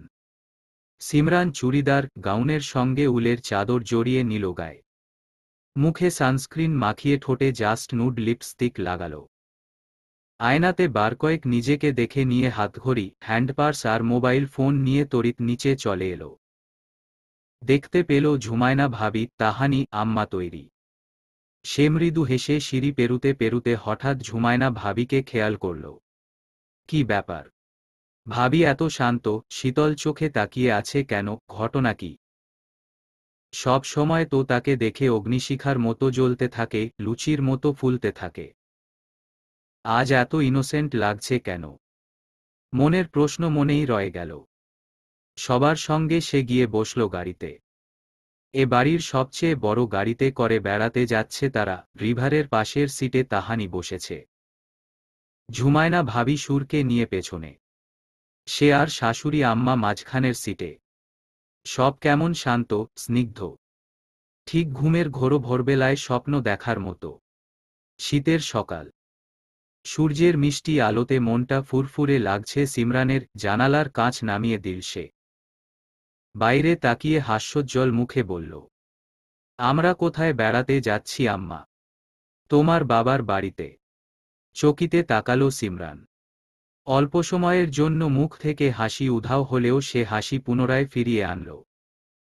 মনে মনে ভাবতে লাগল, আশ্চর্য তো, সে তার বাড়িতে যাচ্ছে, তাও আবার শাশুড়ি ঝুমায়না ভাবি তাহানিকে নিয়ে।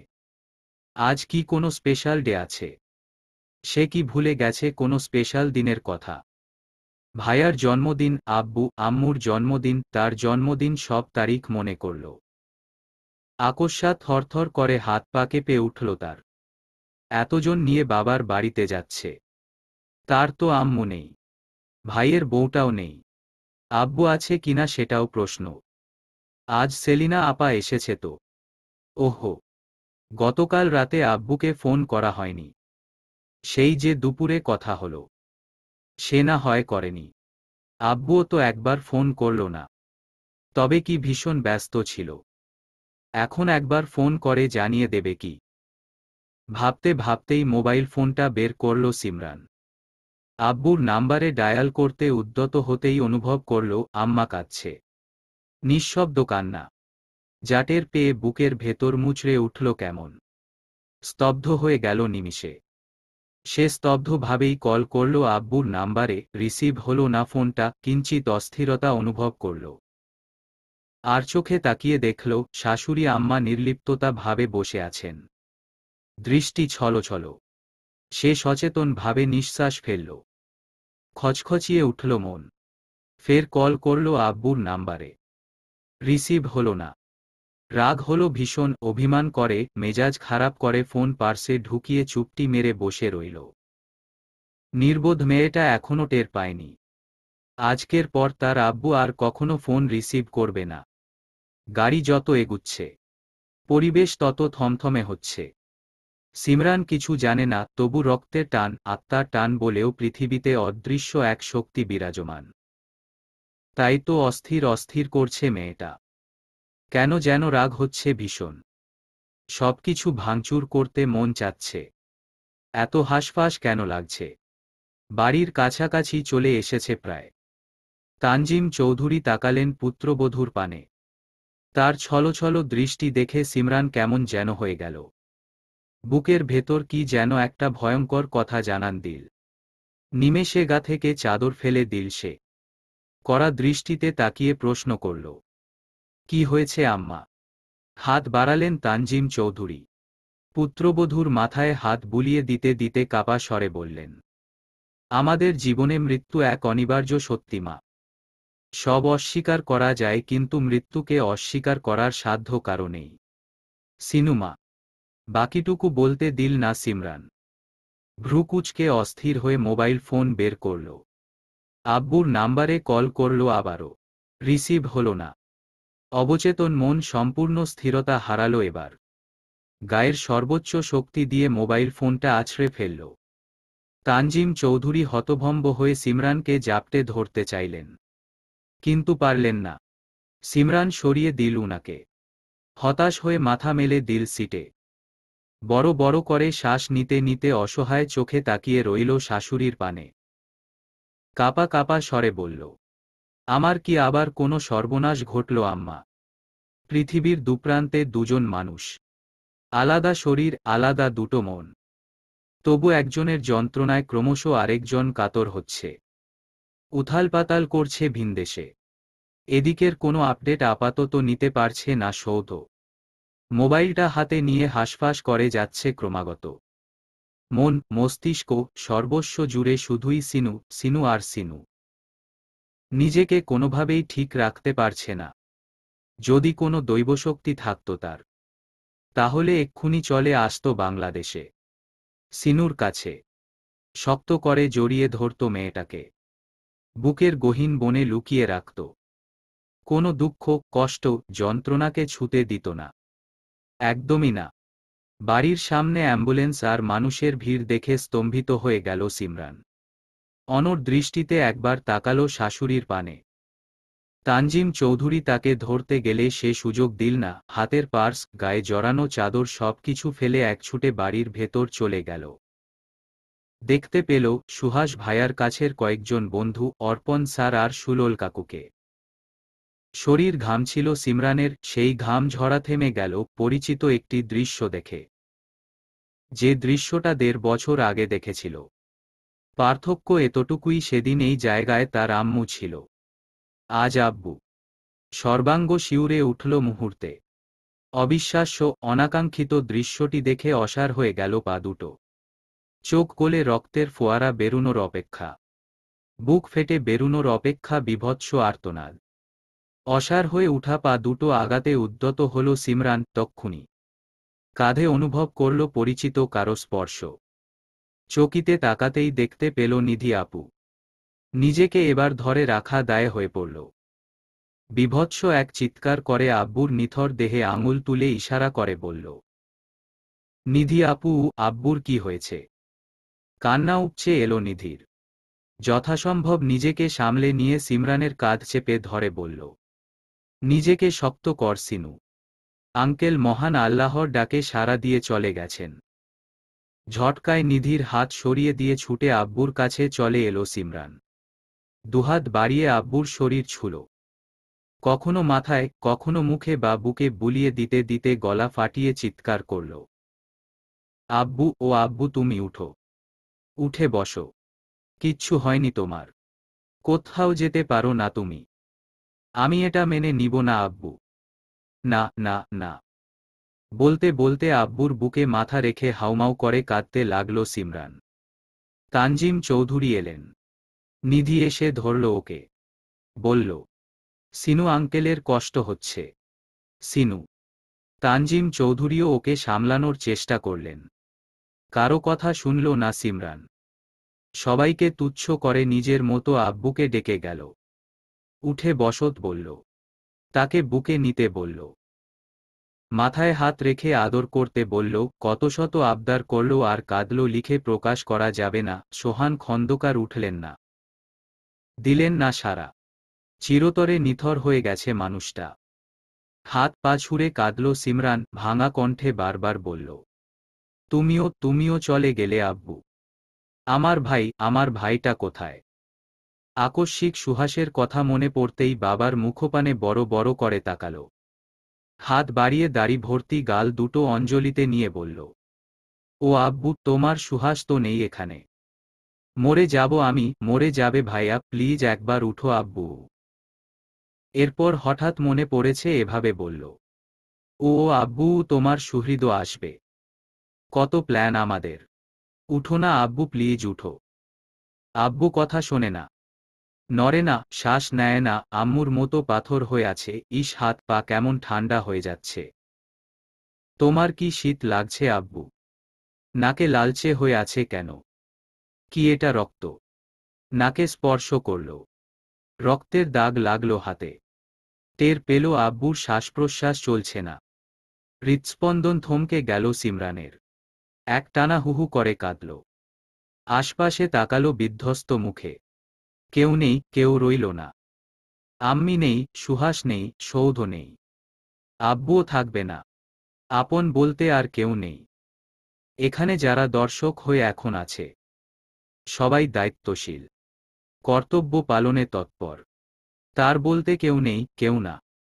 কান্না থেমে গেল সহসা। পাশে নিধিকে পেয়ে একটু শান্ত কণ্ঠে বলল, নিধি আপু, তোমরা তো সবাই ডাক্তার। এতগুলো ডাক্তার থাকতে আমি এত তাড়াতাড়ি কিভাবে এতিম হয়ে গেলাম? নিধি কাছে এলো আরও। জড়িয়ে ধরল মেয়েটাকে শক্ত করে। একটা বুক সত্যি প্রয়োজন ছিল ওর। নিধি পেতে দিল তার বুক। সিমরানের নিঃশ্বাস আটকে এলো। নিধি আপুর বুকে মাথা রেখে চিৎকার করে কাঁদল আর বলল, ভাইয়া আর সৌধভাইকে একবার ফোন করো নিধি আপু। ওরা এলে ঠিক আব্বুকে সারিয়ে তুলবে। আমরা একেবারে এতিম হব না। কথাটা বলতে বলতেই জ্ঞান হারালো মেয়েটা। নিধি টের পেয়ে চেঁচিয়ে উঠল, তানজিম চৌধুরীকে বলল, আন্টি আন্টি, সিনু জ্ঞান হারিয়েছে। মাথায় পানি দিতে হবে, হেল্প মি। আত্মীয় স্বজনে ভরপুর বাড়ি, চারিদিকে কান্নার রোল। আয়াজ আজিজ এলো তখন। সোহান আঙ্কেলকে শেষ গোসল করানোর প্রস্তুতি চলছে। তার জন্য গ্রামের বাড়িতে গোরস্থানে উদয়নীর কবরের পাশে কবর কাটা হয়েছে। সিমরান এখন আব্বুর কাছে নেই, সে ঘরে স্তব্ধ মুখে বসে আছে। পাশে নিধি, তানজিম চৌধুরী, ওর বান্ধবীরা এসেছে। দরজার পাশে কান্নারত মুখে দাঁড়িয়ে আছে সবাই। কারো দিকে ফিরেও তাকালো না সিমরান। ওর মামার বাড়ির লোকজন এলো। সোহান খন্দকারের গোসল শেষে কাফনের কাপড় পরানো হয়েছে সুহাস, সিনুর আব্বুকে। শেষ দেখার জন্য সিমরানকে নিয়ে আসতে বলল ওর মামা। সিমরান এলো। তানজিম চৌধুরী আর নিধি ধরে আনল ওকে। একা হাঁটার শক্তি নেই মেয়েটার। আব্বুকে শেষ দেখা দেখল সিমরান। এখন আর কাঁদছে না। ওর বৃদ্ধা নানুমনিও এসেছেন। বসে আছেন একটু দূরে হুইল চেয়ারে। বৃদ্ধা এখন ঠিকঠাক হাঁটতে পারে না। লাঠি ভর করেও হাঁটতে কষ্ট হয় তার। সিমরান নানুমনির দিকে একবার তাকালো। দীর্ঘনিশ্বাস ফেলে দৃষ্টি ফিরিয়ে তাকালো আব্বুর পানে। মুখ বাড়িয়ে চুমো খেল আব্বুর কপালে। এরপর সারা গায়ে একটু হাত বুলিয়ে চারপাশে তাকালো। দৃষ্টি অসহায়। আকস্মাৎ মনে পড়ল ভাইয়াকে, সুহৃদকে, সবশেষে স্বামী সৌধকে। বুকের বা পাশটায় কেমন করে যেন মুচড়ে উঠল একবার। এরপর নিঃশ্বাস আটকে পুরো পৃথিবী অন্ধকার করে জ্ঞান হারাল। পুরোপুরি জ্ঞানশূন্যের পূর্বে নিধি ওকে অস্পষ্ট স্বরে বলতে শুনল, নিধি আপু, আমার দম বেরিয়ে যাচ। সোহান খন্দকারকে গ্রামের বাড়ি নিয়ে যাওয়া হল। জানাজা পড়ে তার খাটিয়ার সামনে দাঁড়ালো আয়াজ আর অর্পণ স্যার। সুলল কাকু আর সিমরানের মামারা পেছনে ধরলেন। এরপর সবাই চিরবিদায় দিল সোহান খন্দকারকে। এদিকে আধা ঘণ্টার মতো সিমরানের জ্ঞান ফেরানোর চেষ্টা করেও ব্যর্থ হল নিধি। তানজিম চৌধুরী সমানে হাত পা ডলে দিলেন। মামিরা মাথায় পানি দিলেন। নিধি হার্টবিট চেক করে সুবিধা না পেয়ে কল করল অর্পণকে। অর্পণ স্যার ইমিডিয়েটলি হসপিটাল অ্যাডমিট করতে বলল ওকে। সবাই মিলে সিমরানকে হসপিটালে ভর্তি করাল। অর্পণ আর আয়াজ বাইকে করে চলে এলো হসপিটালে। জ্ঞান ফিরলেও শারীরিক অবস্থার অবনতি ঘটতে দেখে চটজলদি সিমরানকে অক্সিজেন দিল অর্পণ স্যার। মেয়েটা হা করে বড় বড় শ্বাস নিল। দুচোখের পাতায় ভেসে উঠল কাফনের কাপড়ে জড়ানো বাবার ফ্যাকাশে মুখ। নিমেষে কার্নিশ বেয়ে অশ্রু ঝরে পড়ল। অর্পণ স্যার খেয়াল করলেন। কাছে এসে কানের কাছে মুখ নিয়ে বললেন, বি স্ট্রং সিমরান, আমরা সবাই তোমার পাশে আছি। সবচেয়ে বড় কথা, সৌধ চৌধুরী মতো হাজব্যান্ড তোমার পাশে আছে। তার সঙ্গে বাঁচতে হবে তোমাকে। তাকে পাশে রেখে আর পাশে থেকে সুন্দর একটা জীবন কাটাতে হবে। তুমি কি শুনতে পাচ্ছ আমার কথা? একটুক্ষণ থামল অর্পণ। সূক্ষ্ম চোখে তাকিয়ে কিছু একটা পরখ করল। এরপর ডাকল নিধিকে। এরপর পুনরায় সিমরানকে বলল, আমাদের জীবন থেকে সৃষ্টিকর্তা যদি একটা প্রাণ নিয়ে নেয় তাহলে একাধিক প্রাণ দানও করেন। আমি বাবা হারিয়েছি বহু বছর আগে। আজ এত বছর পর আল্লাহ তাআলা অনির মাধ্যমে আমার বাবা হারানোর যন্ত্রণা মলিন করে দিয়েছে। সিমরান, আজ তুমি যা হারালে একদিন সৃষ্টিকর্তা দুহাত ভরে তা ফিরিয়েও দেবেন। নিধি এলো ভেতরে। অর্পণ স্যার বললেন, সৌধর মা আর তুমি ওর পাশে থাকতে পারবে। দুজন ছাড়া ভেতরে আর কাউকে এলাও করা যাবে না। নিধি মাথা নাড়ল। মুহূর্তেই বেজে উঠল ফোন। স্ক্রিনে বাইরের দেশের নাম্বার। তবে কি সৌধ? কিছুতেই রিসিভ করা যাবে না, সিমরানের এই অবস্থা কিছুতেই জানানো যাবে না ভেবেই ফোন সাইলেন্ট করে দিল। সৌধ নিধিকে না পেয়ে ছটফট করতে করতে আয়াজকে কল করল। এতক্ষণে নিশ্চয়ই সোহান আঙ্কেলের দাফন হয়ে গেছে। শোকের বশে সিমরানের অবস্থা দেখে আবেগী হয়ে সৌধকে সবটা বলে দিল আয়াজ। সিমরান ভয়াবহ অসুস্থ হয়ে পড়েছে। দীর্ঘক্ষণ জ্ঞান হারা ছিল, কোনোভাবেই জ্ঞান ফিরছিল না, তাই হসপিটালাইজ করে অক্সিজেন দিয়ে রাখা হয়েছে। বাকিটা আল্লাহ ভরসা। আয়াজের এই বোকামি ও দেশে সৌধর অবস্থা কতটা বিধ্বস্ত করে তুলল সে এক উপরওয়ালা আর সৌধই জানে। এদিকে নিধি সবটা শুনে আয়াজকে কম বকাঝকা করল না। আয়াজও বুঝতে পারল এভাবে সৌধকে আতঙ্কিত করে দিয়ে সে একদম ঠিক করেনি। তারা এতজন ডাক্তার থাকতে ভরসাদায়ক কিছু না বলে ভয় দেখানো একদম উচিত হয়নি। এবার সৌধকে কে সামলাবে? কে? সে কতক্ষণই বা টিকতে পারবে ও দেশে? আর সুহাস? হসপিটালে সিমরানকে রাখা হলো 3 দিন। 24 ঘন্টা অক্সিজেন চলে। এরপর স্যালাইন দিয়ে রাখা হয়। কারো সাথে কথা বলে না সে। নিশ্চুপ তাকিয়ে থাকে।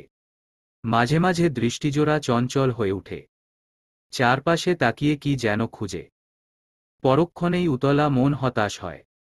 মুখশ্রী স্থবির হয়ে যায়। তানজিম চৌধুরী আর নিধি সর্বক্ষণ পাশে আছে ওর। যখন নিধি সময় দিচ্ছে তখন তানজিম চৌধুরী বাড়ি চলে যায়। আবার তানজিম চৌধুরী উপস্থিত থাকেন তখন নিধি যায় তার বাসায়। দুজনেরই সংসার আছে। বাসায় ছোট বাচ্চা নিধির। সব মিলিয়ে যেভাবে সুবিধা হয় সেভাবেই সব সামলাচ্ছে সকলে মিলে। সিমরানের মামা মামিরাও এসে ঘণ্টা 2 সময় দিয়ে গেছে। সিমরান কথা বলল 4র্থ দিন। তবু মাত্র 7 শব্দের বাক্য। নিধি আপু, আমি আমার বাড়ি যেতে চাই। ওর মানসিক যা অবস্থা তাতে বিরোধিতা করার প্রশ্নই উঠে না। তাই অর্পণের সঙ্গে কথা বলে ওকে বাড়ি নিয়ে যাওয়া হয়। এতদিন সৌধ আয়াজ আর নিধির থেকেই ঘন ঘন সিনুর আপডেট নিচ্ছিল। আজ আয়াজও চলে গেল। এমনিতেই ফারাহা আসতে পারেনি। তার ওপর কয়েকদিন কাছে নেই আয়াজ। সোহান আঙ্কেলের আকস্মিক মৃত্যুর খবর। তাকে শেষবার দেখতে না পারা। সব মিলিয়ে মন খারাপ, দুশ্চিন্তা থেকে ফারাহ অসুস্থ হয়ে পড়েছে। তাই আয়াজ আর এখানে থাকতে পারল না। ও চলে যাওয়াতে সিমরানের খোঁজ নিতে নিধির কাছেই ফোন কল করতে শুরু করে সৌধ। প্রতিদিন আম্মাকে যদি 2বার ফোন করে নিধিকে করে 10 থেকে 11 বার। আম্মাকে যতটা না বোঝানো যায় বন্ধুকে তার চেয়েও অনেক বেশি বোঝানো যায়।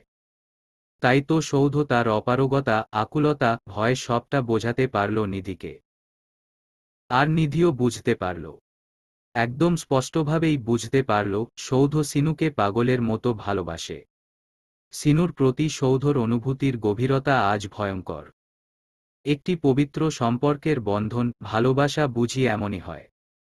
যে ভালোবাসা দেখে বিস্ময় জাগে, মুগ্ধতা এসে ভর করে, একরাশ স্বস্তিদায়ক নিঃশ্বাসও ফেলা যায়।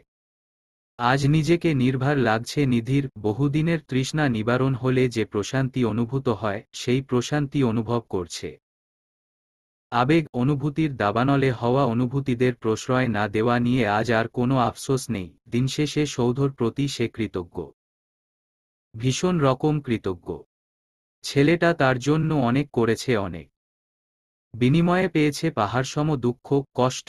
আজ যখন সিনুকে পেয়ে সে কষ্ট, যন্ত্রণা নিশ্চিহ্ন হয়ে যাচ্ছে। তাই সৌধকে সুখী করা, সৌধর ভালোবাসার প্রিয় মানুষটার এই করুণ সময়ে সে পাশে না থেকে দূরে সরে যেতে পারেনি। অন্তত বন্ধুর টানে, বন্ধুর প্রিয়জনকে আগলে রাখার দায়িত্বটা নিজে নিজেই নিয়েছে। বন্ধুত্বের ঋণ কখনো শোধ করা যায় না। নিধিও পারবে না সৌধর ঋণ শোধ করতে, কিন্তু জীবনে কোনো পরিস্থিতিতে কেউ তাকে অকৃতজ্ঞ বলে আঙুল তুলতে পারবে না। সিমরান নিজের জগৎ ধ্যানে এতটাই বিভোর যে তার আশপাশে কি হয়ে যাচ্ছে কিচ্ছুটি খেয়াল করে না। ওকে স্বাভাবিক করতে নিধি বারবার কথা বলার চেষ্টা করে। সিমরান নিজের মতোই চুপটি মেরে বসে থাকে। না কাঁদে আর না হাসে, তার কিছু ভালো লাগে না, কাউকে ভালো লাগে না। এই পৃথিবী, আশপাশে থাকা প্রতিটি মুখ তার কাছে অচেনা আর অজানা।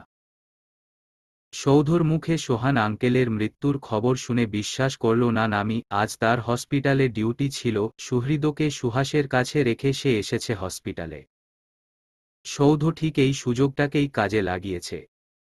সৌধর ফ্যাকাশে মুখে, বিমর্ষ কণ্ঠে বলা কথাটি শুনে নামি রাগান্বিত হয়ে বলল, ছি ছি, এটা আপনাদের প্ল্যান তাই না? নিশ্চয়ই এটা সুহাসের বুদ্ধি। ও কোনোদিন বড় হবে না, কোনোদিন ম্যাচিওর হবে না। বাবাকে নিয়ে কেউ এমন বলেছি? আমি ওকে এক্ষুনি ফোন করছি। ছেলের বাবা হয়ে গেল, এখনো আক্কেল জ্ঞান হল না। ফোন করতে উদ্যত হয়ে আচমকা থেমে গেল নামি। হৃৎস্পন্দন বেড়ে গেল একটি বিষয় স্মরণ হয়ে। সুহাস যতই পাগল থাকুক, তাই বলে বাবা সম্পর্কে এমন একটি কথা বলবে? আর সৌধ ভাইয়া, সে তো এসব এলাও করার মানুষ নয়। সৌধর পানে সূক্ষ্ম দৃষ্টি নিক্ষেপ করল নামি। আর যা বুঝল তাতে সর্বাঙ্গ শিউরে উঠল। থমথমে মুখে, অবিশ্বাস্য কণ্ঠে বলল, আপনি মিথ্যে বলছেন ভাইয়া। আমার রুচিবোধ এতটা নির্বোধ নয়, আর না মস্তিষ্ক বিকৃত। আমি আমার বন্ধু এবং বউয়ের বাবা সম্পর্কে মিথ্যা বলবো? অপ্রয়োজনে, খুব বিপদে না পড়লে আমি মিথ্যা বলি না নামি। এই মুহূর্তে আমি কি সিচুয়েশনে আছি তুমি জানো না। সিনুর পাশে আমাকে প্রয়োজন, সুহাসকে প্রয়োজন। আর সুহাস যখন জানতে পারবে আঙ্কেল নেই, তখন ওর পাশে তোমাকে প্রয়োজন। আমি কিছু ভাবতে পারছি না নামি। আমাকে বাংলাদেশে ফিরতে হবে। সুহাসকে কিভাবে কনভিন্স করব বুঝতে পারছি না। হৃৎস্পন্দন থেমে গেল নামির। বিশ্বাস করতে বাধ্য হল সৌধকে, পৃথিবী কখনো নিষ্ঠুর হয় না, নিষ্ঠুর হয় পৃথিবীর মানুষ। আর মানুষের ভাগ্য, সুন্দরতম এই পৃথিবীতে খুব কম মানুষই পরিপূর্ণ সুখী জীবনযাপন করতে পারে। আজ ভাগ্য ছাড়া কাউকে দোষারোপ করতে পারছে না নামি। নিরুপায় হয়ে ঠাই বসে আছে সৌধর মুখোমুখি। চোখ দুটো ক্রমশ লাল হয়ে উঠছে। দেহে কাঁপুনি ধরেছে খুব। অবচেতন মনটা খুব করে চাইছে সুহাসকে। এত দিশেহারা, এত মরিয়া এ জীবনে আর কখনো লাগেনি। তীব্র অপরাধ বোধ হচ্ছে একটি বিষয় ভেবেই, সুহৃদ তার নানা নানির ভালোবাসা পায়নি। দাদা দাদির ভালোবাসাও পেল না। সোহান আঙ্কেল তার বংশধরকে সশরীরে দেখার সুযোগ পেল না, একটিবার ছুঁয়ে আদর করতে, বুকে টেনে নিতে পারল না, আর ভাবতে পারল না কিছু। দুহাতে মুখ ঢেকে হুহু করে কেঁদে উঠল। নামির ফেরার কথা দুপুরের পর, কিন্তু দুপুরের মধ্যেই সে ফিরে এলো। সুহৃদকে ঘুম পাড়িয়ে একটি রোমান্টিক উপন্যাস পড়ছিল সুহাস। হঠাৎ নামি এসে ভেজা গলায় ডাকল, সুহাস। চকিতে তাকালো সুহাস। অবাক কণ্ঠে বলল, এত তাড়াতাড়ি? কথাটা বলেই বই ছেড়ে উঠে দাঁড়াল। নামির কাছাকাছি এসে ভ্রুকুচকে প্রশ্ন করল, মুখটা এমন লাগছে কেন? Anything wrong? আকস্মাৎ ডুকরে উঠল নামি। অনেকক্ষণ ধরে আটকে রাখা কান্নাটা উপচে পড়ল। প্রচণ্ড শক্ত করে জড়িয়ে ধরল সুহাসকে। কিতক্ষণ হতভম্ব হয়ে দাঁড়িয়ে রইল সুহাস। ধীরে ধীরে হাত উঠিয়ে বুকের ভেতর আগলে নিল নামিকে। মৃদুস্বরে জিজ্ঞেস করল, কি হয়েছে নামি? হতবিহ্বল সুহাস। মস্তিষ্ক পুরোপুরি ফাঁকা লাগছে। শক্ত খোলসে আবৃত মেয়েটার কি হলো হঠাৎ? এভাবে ভেঙে মুচড়ে ধরা দেওয়ার মতো মানুষ তো এ মেয়ে নয়। স্তম্ভিত সুহাস নামিকে জড়িয়ে ধরে অনেকটা সময় কাটিয়ে দিল। নামিও কাঁদতে কাঁদতে বুক ভিজিয়ে ফেলল সুহাসের। এক পর্যায়ে নাক টানতে টানতে মাথা তুলে হাত বাড়িয়ে সুহাসের চোয়ালদয়ে স্পর্শ করল।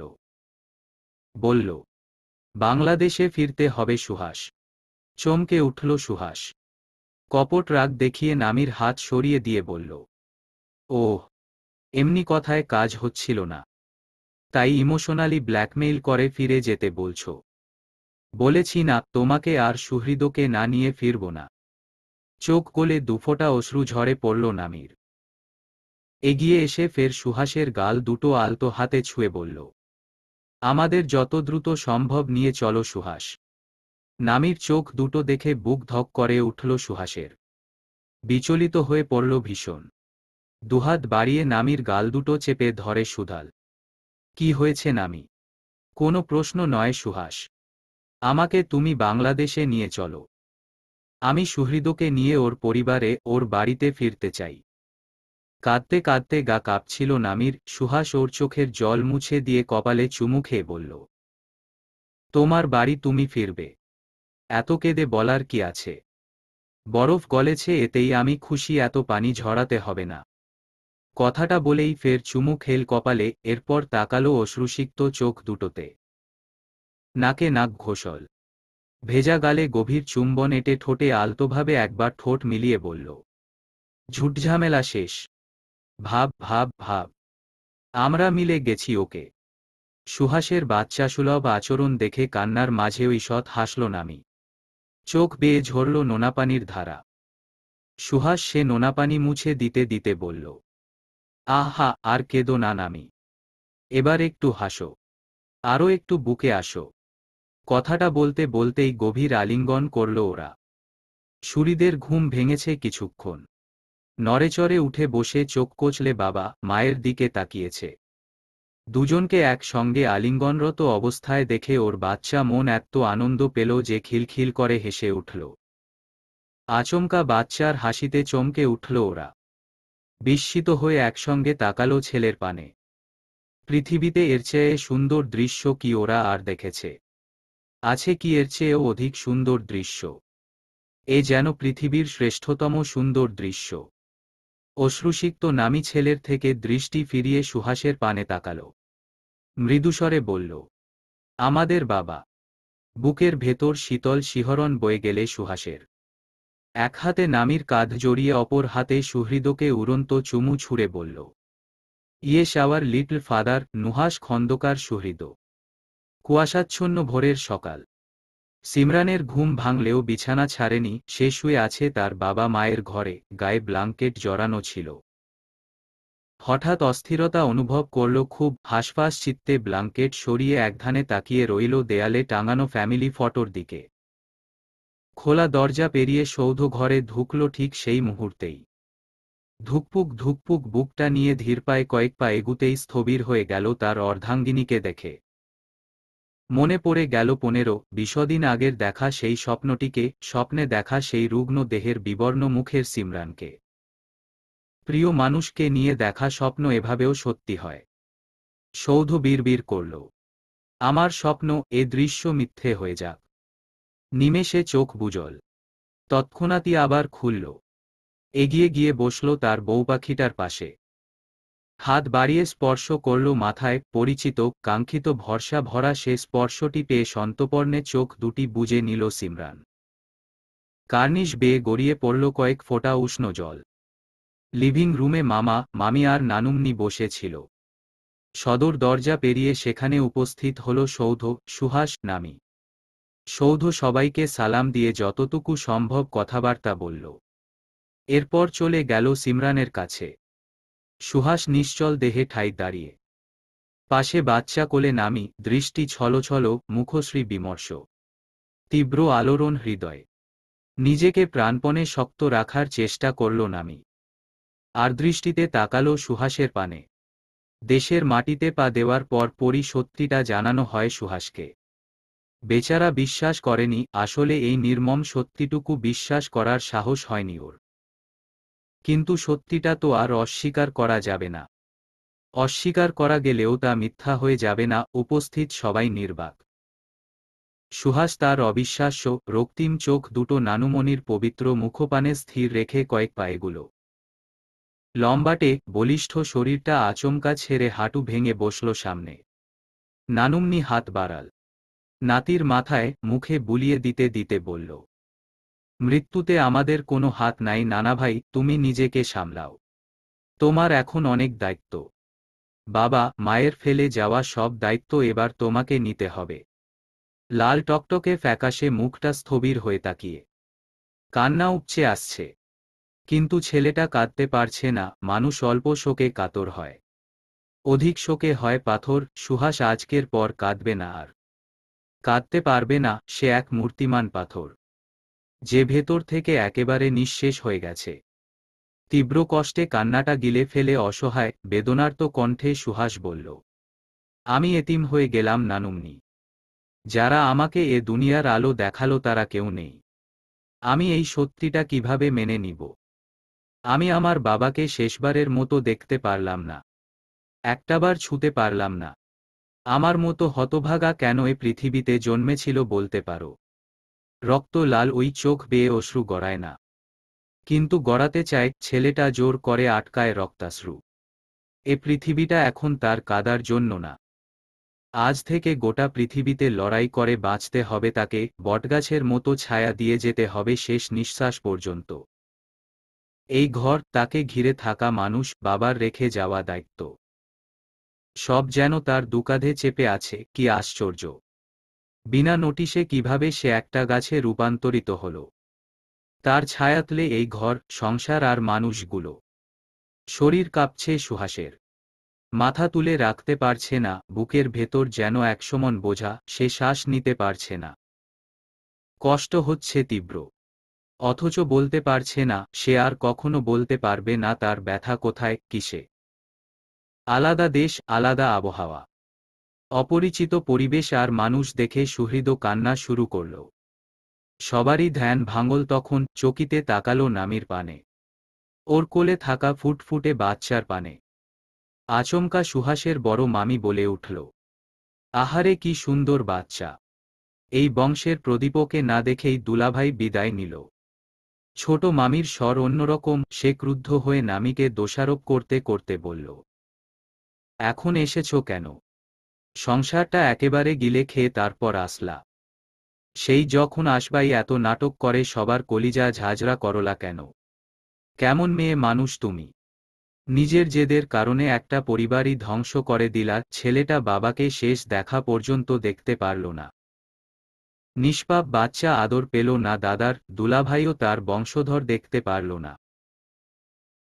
সংসার জীবন খুবই জটিল। নারীরা তাদের মনের মতো সংসার গড়ে তুলতে পারলেও সংসারে থাকা প্রতিটি মানুষকে মনের মতো গড়ে তুলতে পারে না। ছোট মামির কথাকে গুরুত্ব দিল না নামি, তার কাছে ইম্পর্টেন্ট সুহাস আর সুহাসের পরিবার। এর বাইরে কাউকে বা কারো কথাকে সে পাত্তা দেয় না। আজ এ পরিবারে সুহাস, সিনু আর সুহৃদ ছাড়া কেউ নেই, তাই অন্য কেউ কি বলল, কেন আঙুল তুলল, এসব নিয়ে ভাবার বিন্দুমাত্র আগ্রহ নেই। যে মানুষটা একদিন সম্মান দিয়ে ভালোবেসে এ ঘরে তুলেছিল তাকে, আজ সে মানুষটা আর নেই। তীব্র এক যন্ত্রণায় সেও পুড়ছে। আফসোস নামক শব্দটা তাকেও পীড়া দিচ্ছে। কিন্তু ভাগ্যের ওপর, সৃষ্টিকর্তার সিদ্ধান্তের ওপর তাদের মতো নগণ্য মানুষের হাত নেই। দীর্ঘশ্বাস ছাড়ল নামি। সুহৃদকে সামলে রাখতে হিমশিম খেল। বড় মামি এগিয়ে এসে কোলে নিতে চাইল ওকে। সুহৃদ তাকে দেখে আরো বেশি কান্না শুরু করল। নামি অসহায় চোখে তাকালো সুহাসের পানে। সুহাসের মন বিধ্বস্ত। জানে সে, তবু একটি ভয় বিঁধছে বুকে। আবারও সুহাস তাকে ভুল বুঝবে না তো? অভিযোগ করবে না তো? জেনেভায় যে সম্পর্ক নতুন করে সুর খুঁজে পেয়েছে, তা আবার হারিয়ে যাবে না তো? নামির প্রতি সবাই অসন্তুষ্ট থাকলেও সুহৃদের কান্নাকাটির জন্য অস্থির হয়ে পড়ল। কিভাবে বাচ্চাটা থামবে তা নিয়ে হইচই বেঁধে গেল। নানুমনি বলল, মনে হয় ওর খিদে পাইছে। নামি নিজেও বুঝতে পারল সুহৃদের খিদে পেয়েছে। কিন্তু পরিস্থিতি এমনই যে সে এখন কি করবে ভেবে পেল না। সুহাস এ মুহূর্তে তাকে কিভাবে গ্রহণ করবে? এ বাড়িতে তার স্থান কি? অধিকারী বা কতটুকু? এই নিয়ে দ্বিধায় ভুগতে শুরু করল। এমতাবস্থায় আকস্মাৎ উঠে দাঁড়াল সুহাস। রক্তিম চোখে তাকালো নামির পানে। মুখটা গম্ভীর। বুকের ভেতর ছ্যাঁত করে উঠে নামির। সুহাস দুর্বল চিত্তে এগিয়ে আসে। মুখোমুখি হয় ওর। সম্পূর্ণ অচেনা এক কণ্ঠস্বরে বলে উঠে, নিজের ঘরে যাও, ফ্রেশ হয়ে খাইয়ে ঘুম পাড়াও ওকে। এরপর তাকায় বড় মামির দিকে। আপাতত ছোট মামিকে কিছু বলার নেই, তাই বড় মামিকেই বলে, বড় মামি আপনি ওদের সাথে থাকুন আপাতত। বড় মামি সঙ্গে সঙ্গে নামিকে নিয়ে সুহাসের ঘরে পা বাড়ায়। আর সুহাস স্তম্ভিত মুখাবয়ব নিয়ে যায় তার একমাত্র আদুরে বোনটির কাছে। তার এখন অনেক দায়িত্ব, অনেক। সবচেয়ে বড় দায়িত্ব হল হতভাগী বোনটাকে আশ্বস্ত করা সে আছে। তার ভাই আছে। সেই ছোট্ট বেলা থেকে বাবা মায়ের অনুপস্থিতিতে যেভাবে ছিল আজও ঠিক সেভাবেই আছে। আর সারা জীবন এভাবেই থেকে যাবে। কিছু মুহূর্তে সান্ত্বনা নামক শব্দটি বড্ড বেশি বেমানান লাগে, আজ সৌধর কাছেও বেমানান লাগছে এই শব্দটিকে। নিশ্চল ফিনফিনে শরীরটা বুকে আগলে বসে আছে সে। পৃথিবীর সবচেয়ে নিরাপদ বুকটিতে মাথা রেখে ঘন ঘন নিঃশ্বাস ফেলছে সিমরান।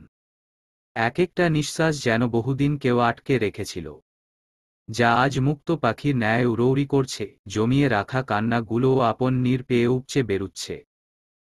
বুকের মাঝখানটায় শার্ট ভিজে চুপে চুপে সৌধর। চোখ বুজে সে স্থির করল নিজেকে, শান্ত করার চেষ্টা করল সিমরানকে।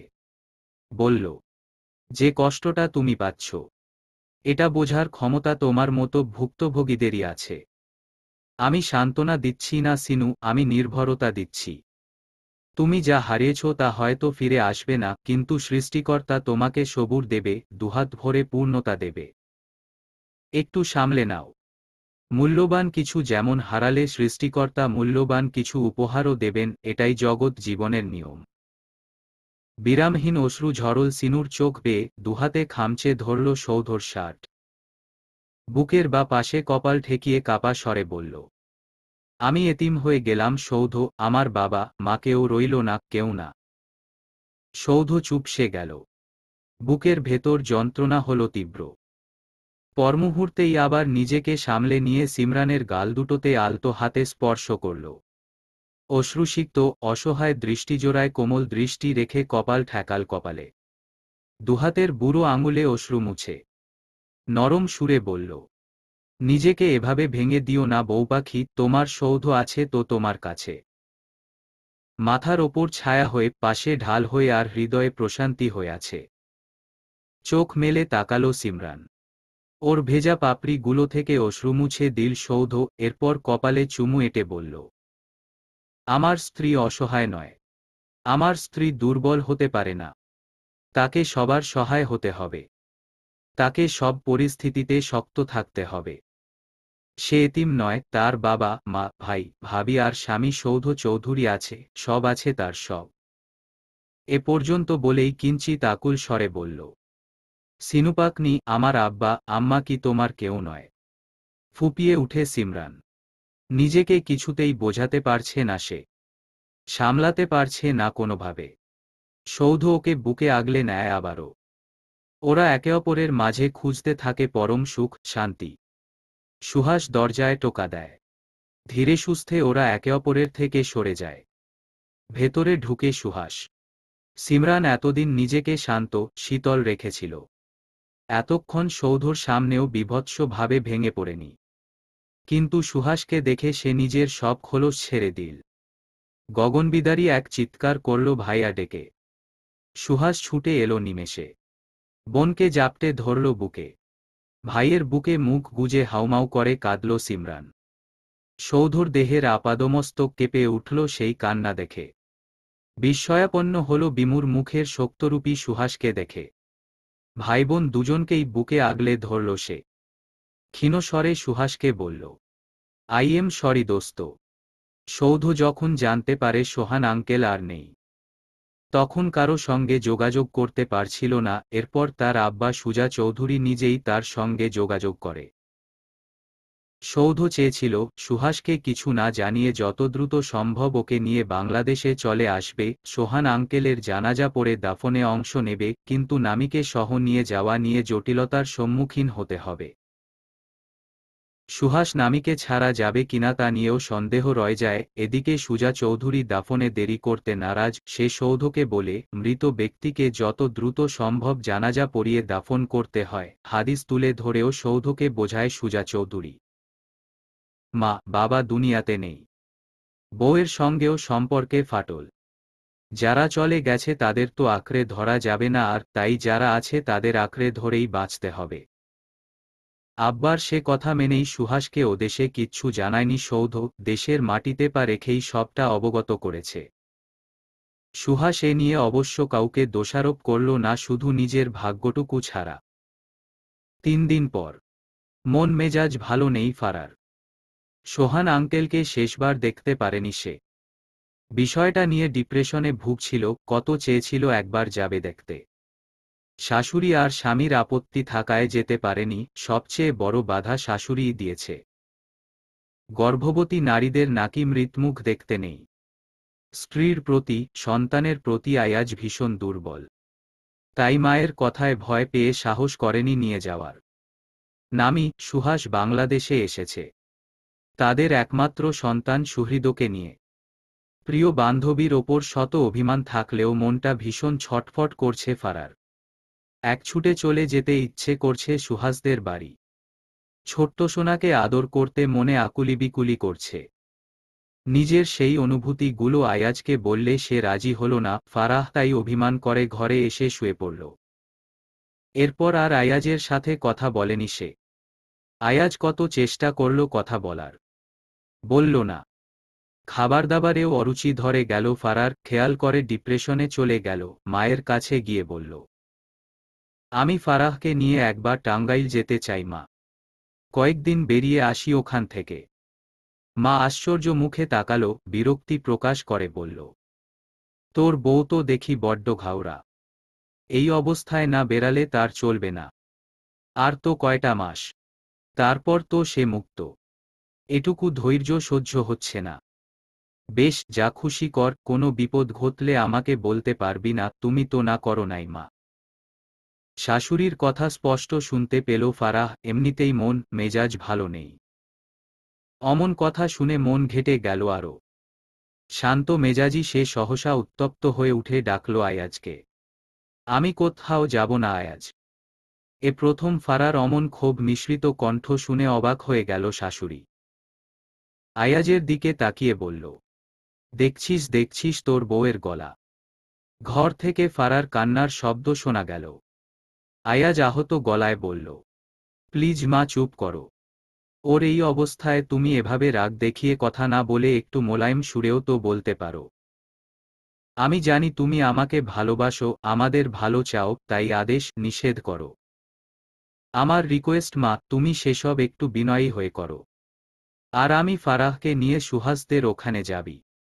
ওর দেখভাল, সেফটি সবটা আমার ওপর ছেড়ে দাও। বউ আমার, বাচ্চা হবে আমার, ওদের সম্পূর্ণ দায়ভারও আমার।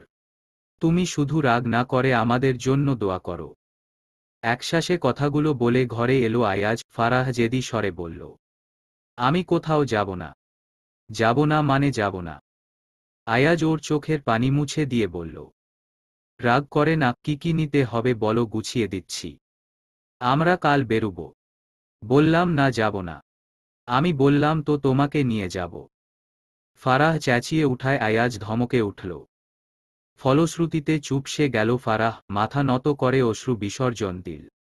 আয়াজে ওর থুতনি ছুঁয়ে মুখ উঁচু করে চোখের পানি মুছে দিয়ে কপালে চুমু দিয়ে বলল, কাঁদে না, অবাধ্যতা করে না। ফারাহ চোখ তুলল না। আয়াজ ওর সারা মুখে আদুরে স্পর্শ দিয়ে বলল, কথা শুনো বউ। কাঁদে না, বেবিরা কষ্ট পাচ্ছে। উহুম, কাঁদে না।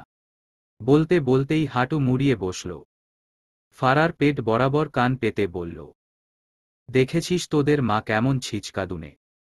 তোরা কি কাঁদবি শুধু আয় একবার, মায়ের কান্না দেখতে দেখতেই নিজেদের কান্না ভুলে যাবি। চুপ করে ছিল ফারাহ, শেষ কথা শুনে হেসে ফেলল কিঞ্চিৎ।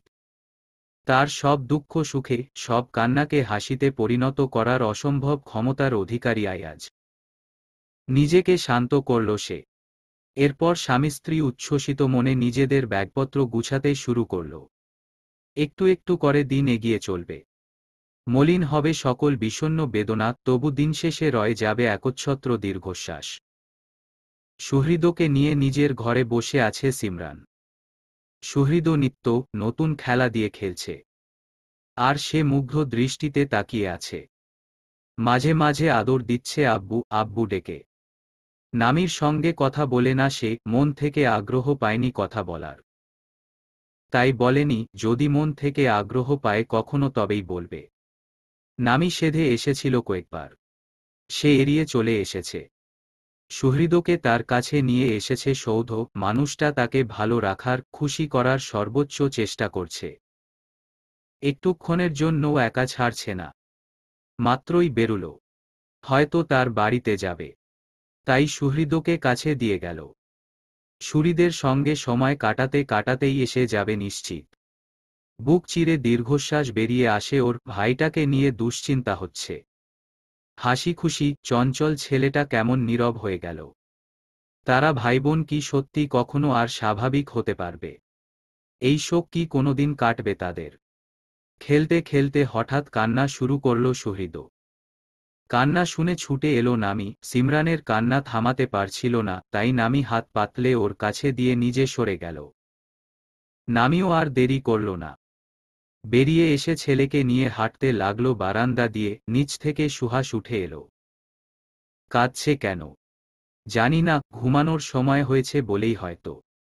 সুহাস কোলে নিল সুহৃদকে, গম্ভীর গলায় বলল, বাইরে হেঁটে আসি, ঘুমালে নিয়ে আসব। আর দেরি করল না, নিচে নেমে গেল সুহাস। নামি হাফ নিঃশ্বাস ছেড়ে রুমে চলে গেল। তার মন ঠিক বুঝে উঠছে না সে। সুহাস কি তাকে অপরাধী করে রেখেছে মনে মনে? দিলখোলা ছেলে সুহাস, মনের ভিতর গিঁট বেঁধে রাখে না কিছু। মনে যা আসে মুখে বলে দেয় তা। চেনা সেই সুহাসের আজ এত পরিবর্তন। বুকে হাহাকার তুলছে। একঘরে এক বিছানাতে থেকেও যেন বিশাল দূরত্ব তাদের মাঝে। অপ্রয়োজনে একটা কথাও বলে না, যতটুকু প্রয়োজন সব সুহৃদকে ঘিরেই। কবে স্বাভাবিক হবে সব? কবে যে শূন্যতা তৈরি হয়েছে তা কি দিয়ে পূরণ করবে সে? ঘরে এসে নামি দেখল ওর ফোন বাজছে। স্ক্রিনে সৌধ ভাইয়া নামটি জলজল। রিসিভ করতেই সৌধ বলল, নামি আগামীকাল আয়াজ ফারাহা আসবে। আমি নিধিকেও ফোন করে ইনভাইট করে রাখি, কি বলো? বিষণ্ণ মনে এক টুকরো উষ্ণ হাওয়া বয়ে গেল। মৃদু হেসে নামি বলল, সত্যি ফারাহা আসবে? হ্যাঁ হ্যাঁ, নিধি আপুকেও কল করুন। আপনাদের অনুপস্থিতিতে আপু যেভাবে সবটা সামলেছে, পাশে থেকেছে, একবার মিট করে অন্তত কৃতজ্ঞতা জানানো উচিত। সৌধ এ ব্যাপারে আর কিছু বলল না। নামির মতামতটুকু নিয়ে ফোন কেটে দিল। এরপর কিছুক্ষণ ভেবেচিন্তে কল করল নিধির ফোনে। দুপুরের রান্না বসিয়েছে নিধি। অর্পণ স্যার অনিরূপকে মুখে মুখে ইংরেজি বর্ণমালা শেখাচ্ছে। 2 বছর পূর্ণ হয়নি অনিরূপের, 2 মাস পর হবে। আধো-স্বরে বিয়ে, এই দুটো বর্ণমালা সে বলতে পারে। ছেলেকে পড়ানোর সময়ই ফোনটা বেজে উঠল। নিধি ফোনের শব্দ পেয়ে রান্নাঘর থেকেই হাঁক ছাড়ল। স্যার, ফোনটা রিসিভ করে নিয়ে আসুন। অচেনা নাম্বার থেকে কল। রিসিভ করে সালাম দিল অর্পণ। একজনের ফোন আরেকজন ধরেছে, হোক হাজবেন্ড। ফোন ধরবে কেন? মেজাজ খিচে উঠল সৌধর। পরপরই দমে গেল একটি কথা ভেবে। যদি সিনুর ফোনে কল আসত, সে কি ধরত না? তারা স্বামী স্ত্রী, লাইফ পার্টনারদের অধিকার সম্পর্কে সে অজ্ঞ নয়। নিমেষে শান্ত হয়ে ফোঁস করে নিঃশ্বাস ফেলল। সালাম ফিরিয়ে বলল, আমি সৌধ চৌধুরী বলছি। নীরব হয়ে গেল অর্পণ। ব্যস্ত পায়ে রান্নাঘরে ছুটলে সৌধ বলল, ধন্যবাদ। নিধিকে ফোন দিতে উদ্যত হয়েও থেমে গেল অর্পণ শিকদার। ধন্যবাদ? এটা কেন বুঝতে পারল না সে? অতীতে যা ঘটেছে সবটাই মিস্টেক, এর জন্য আয়াজ সুহাস সরি বলেছে তাকে। শুধু সৌধ ছাড়া। সৌধর থেকে অবশ্য সে সরি এক্সপেক্ট করে না, সৌধ ওই ধাঁচের ছেলেই নয়। কিন্তু ধন্যবাদ কেন? মনের প্রশ্নটি মুখে বলার পূর্বেই সৌধ নিজে থেকেই বলল, আমার শ্বশুরের মৃত্যুতে পাশে থাকার জন্য, আমার স্ত্রীর অসুস্থতায় সঠিক চিকিৎসা দিয়ে পাশে থাকার জন্য। ধন্যবাদের কিছু নেই, এটা আমার রেসপন্সিবিলিটির মধ্যে ছিল। সিমরান আমার স্ত্রীর প্রিয় বন্ধু, সুহাসের বোন, সৌধর বউ। এছাড়াও আমি একজন ডক্টর। এ পর্যন্ত বলেই নিধির কাছে ফোন দিল অর্পণ। হতভম্ব মুখে নিধি ফোন নিলে সৌধ বলল, আগামীকাল সুহাসদের বাড়িতে আসার নিমন্ত্রণ রইল। আয়াজ ফারাহও আসবে। বন্ধুদের মধ্যে আজিজকেও ফ্রি পেলাম, আশা করি তুইও আসবি। ক্ষীণস্বরে সম্মতি দিল নিধি। সৌধ স্মিত হেসে বলল, রূপকে নিয়ে আসিস, সুরিদের সঙ্গে সাক্ষাৎ হয়ে যাবে। ভরসন্ধ্যায় শুয়ে আছে সিমরান। সৌধ এসে পাশে বসে মাথায় হাত বুলিয়ে বলল, অবেলায় শুয়ে থাকতে নেই সিনু, শরীরে রোগ বাসা বাঁধে। দেখি উঠো, সেলিনা আপা কফি আনছেন, একসঙ্গে কফি খাব। উত্তরে বিস্ময়কর এক কথা বলল সিনু, যা সৌধ কখনো কল্পনাও করতে পারেনি। সে উঠে বসে সৌধর চোখে চোখ রেখে আকুল কণ্ঠে বলল, আমরা কখনো বেবি নিব না সৌধ প্লিজ। মাথায় যেন বজ্রপাত ঘটল। আচমকা ওর মুখে তর্জনী চেপে ধরল সৌধ। চোখ রাঙিয়ে শীতল একটি ধমক দিয়ে বলল, হুশস, আর কক্ষনো যেন এমন কথা বলতে না শুনি। চলবে। গল্প ত্রিধারে তরঙ্গলীলা। লেখনীতে জান্নাতুল নাইমা। 10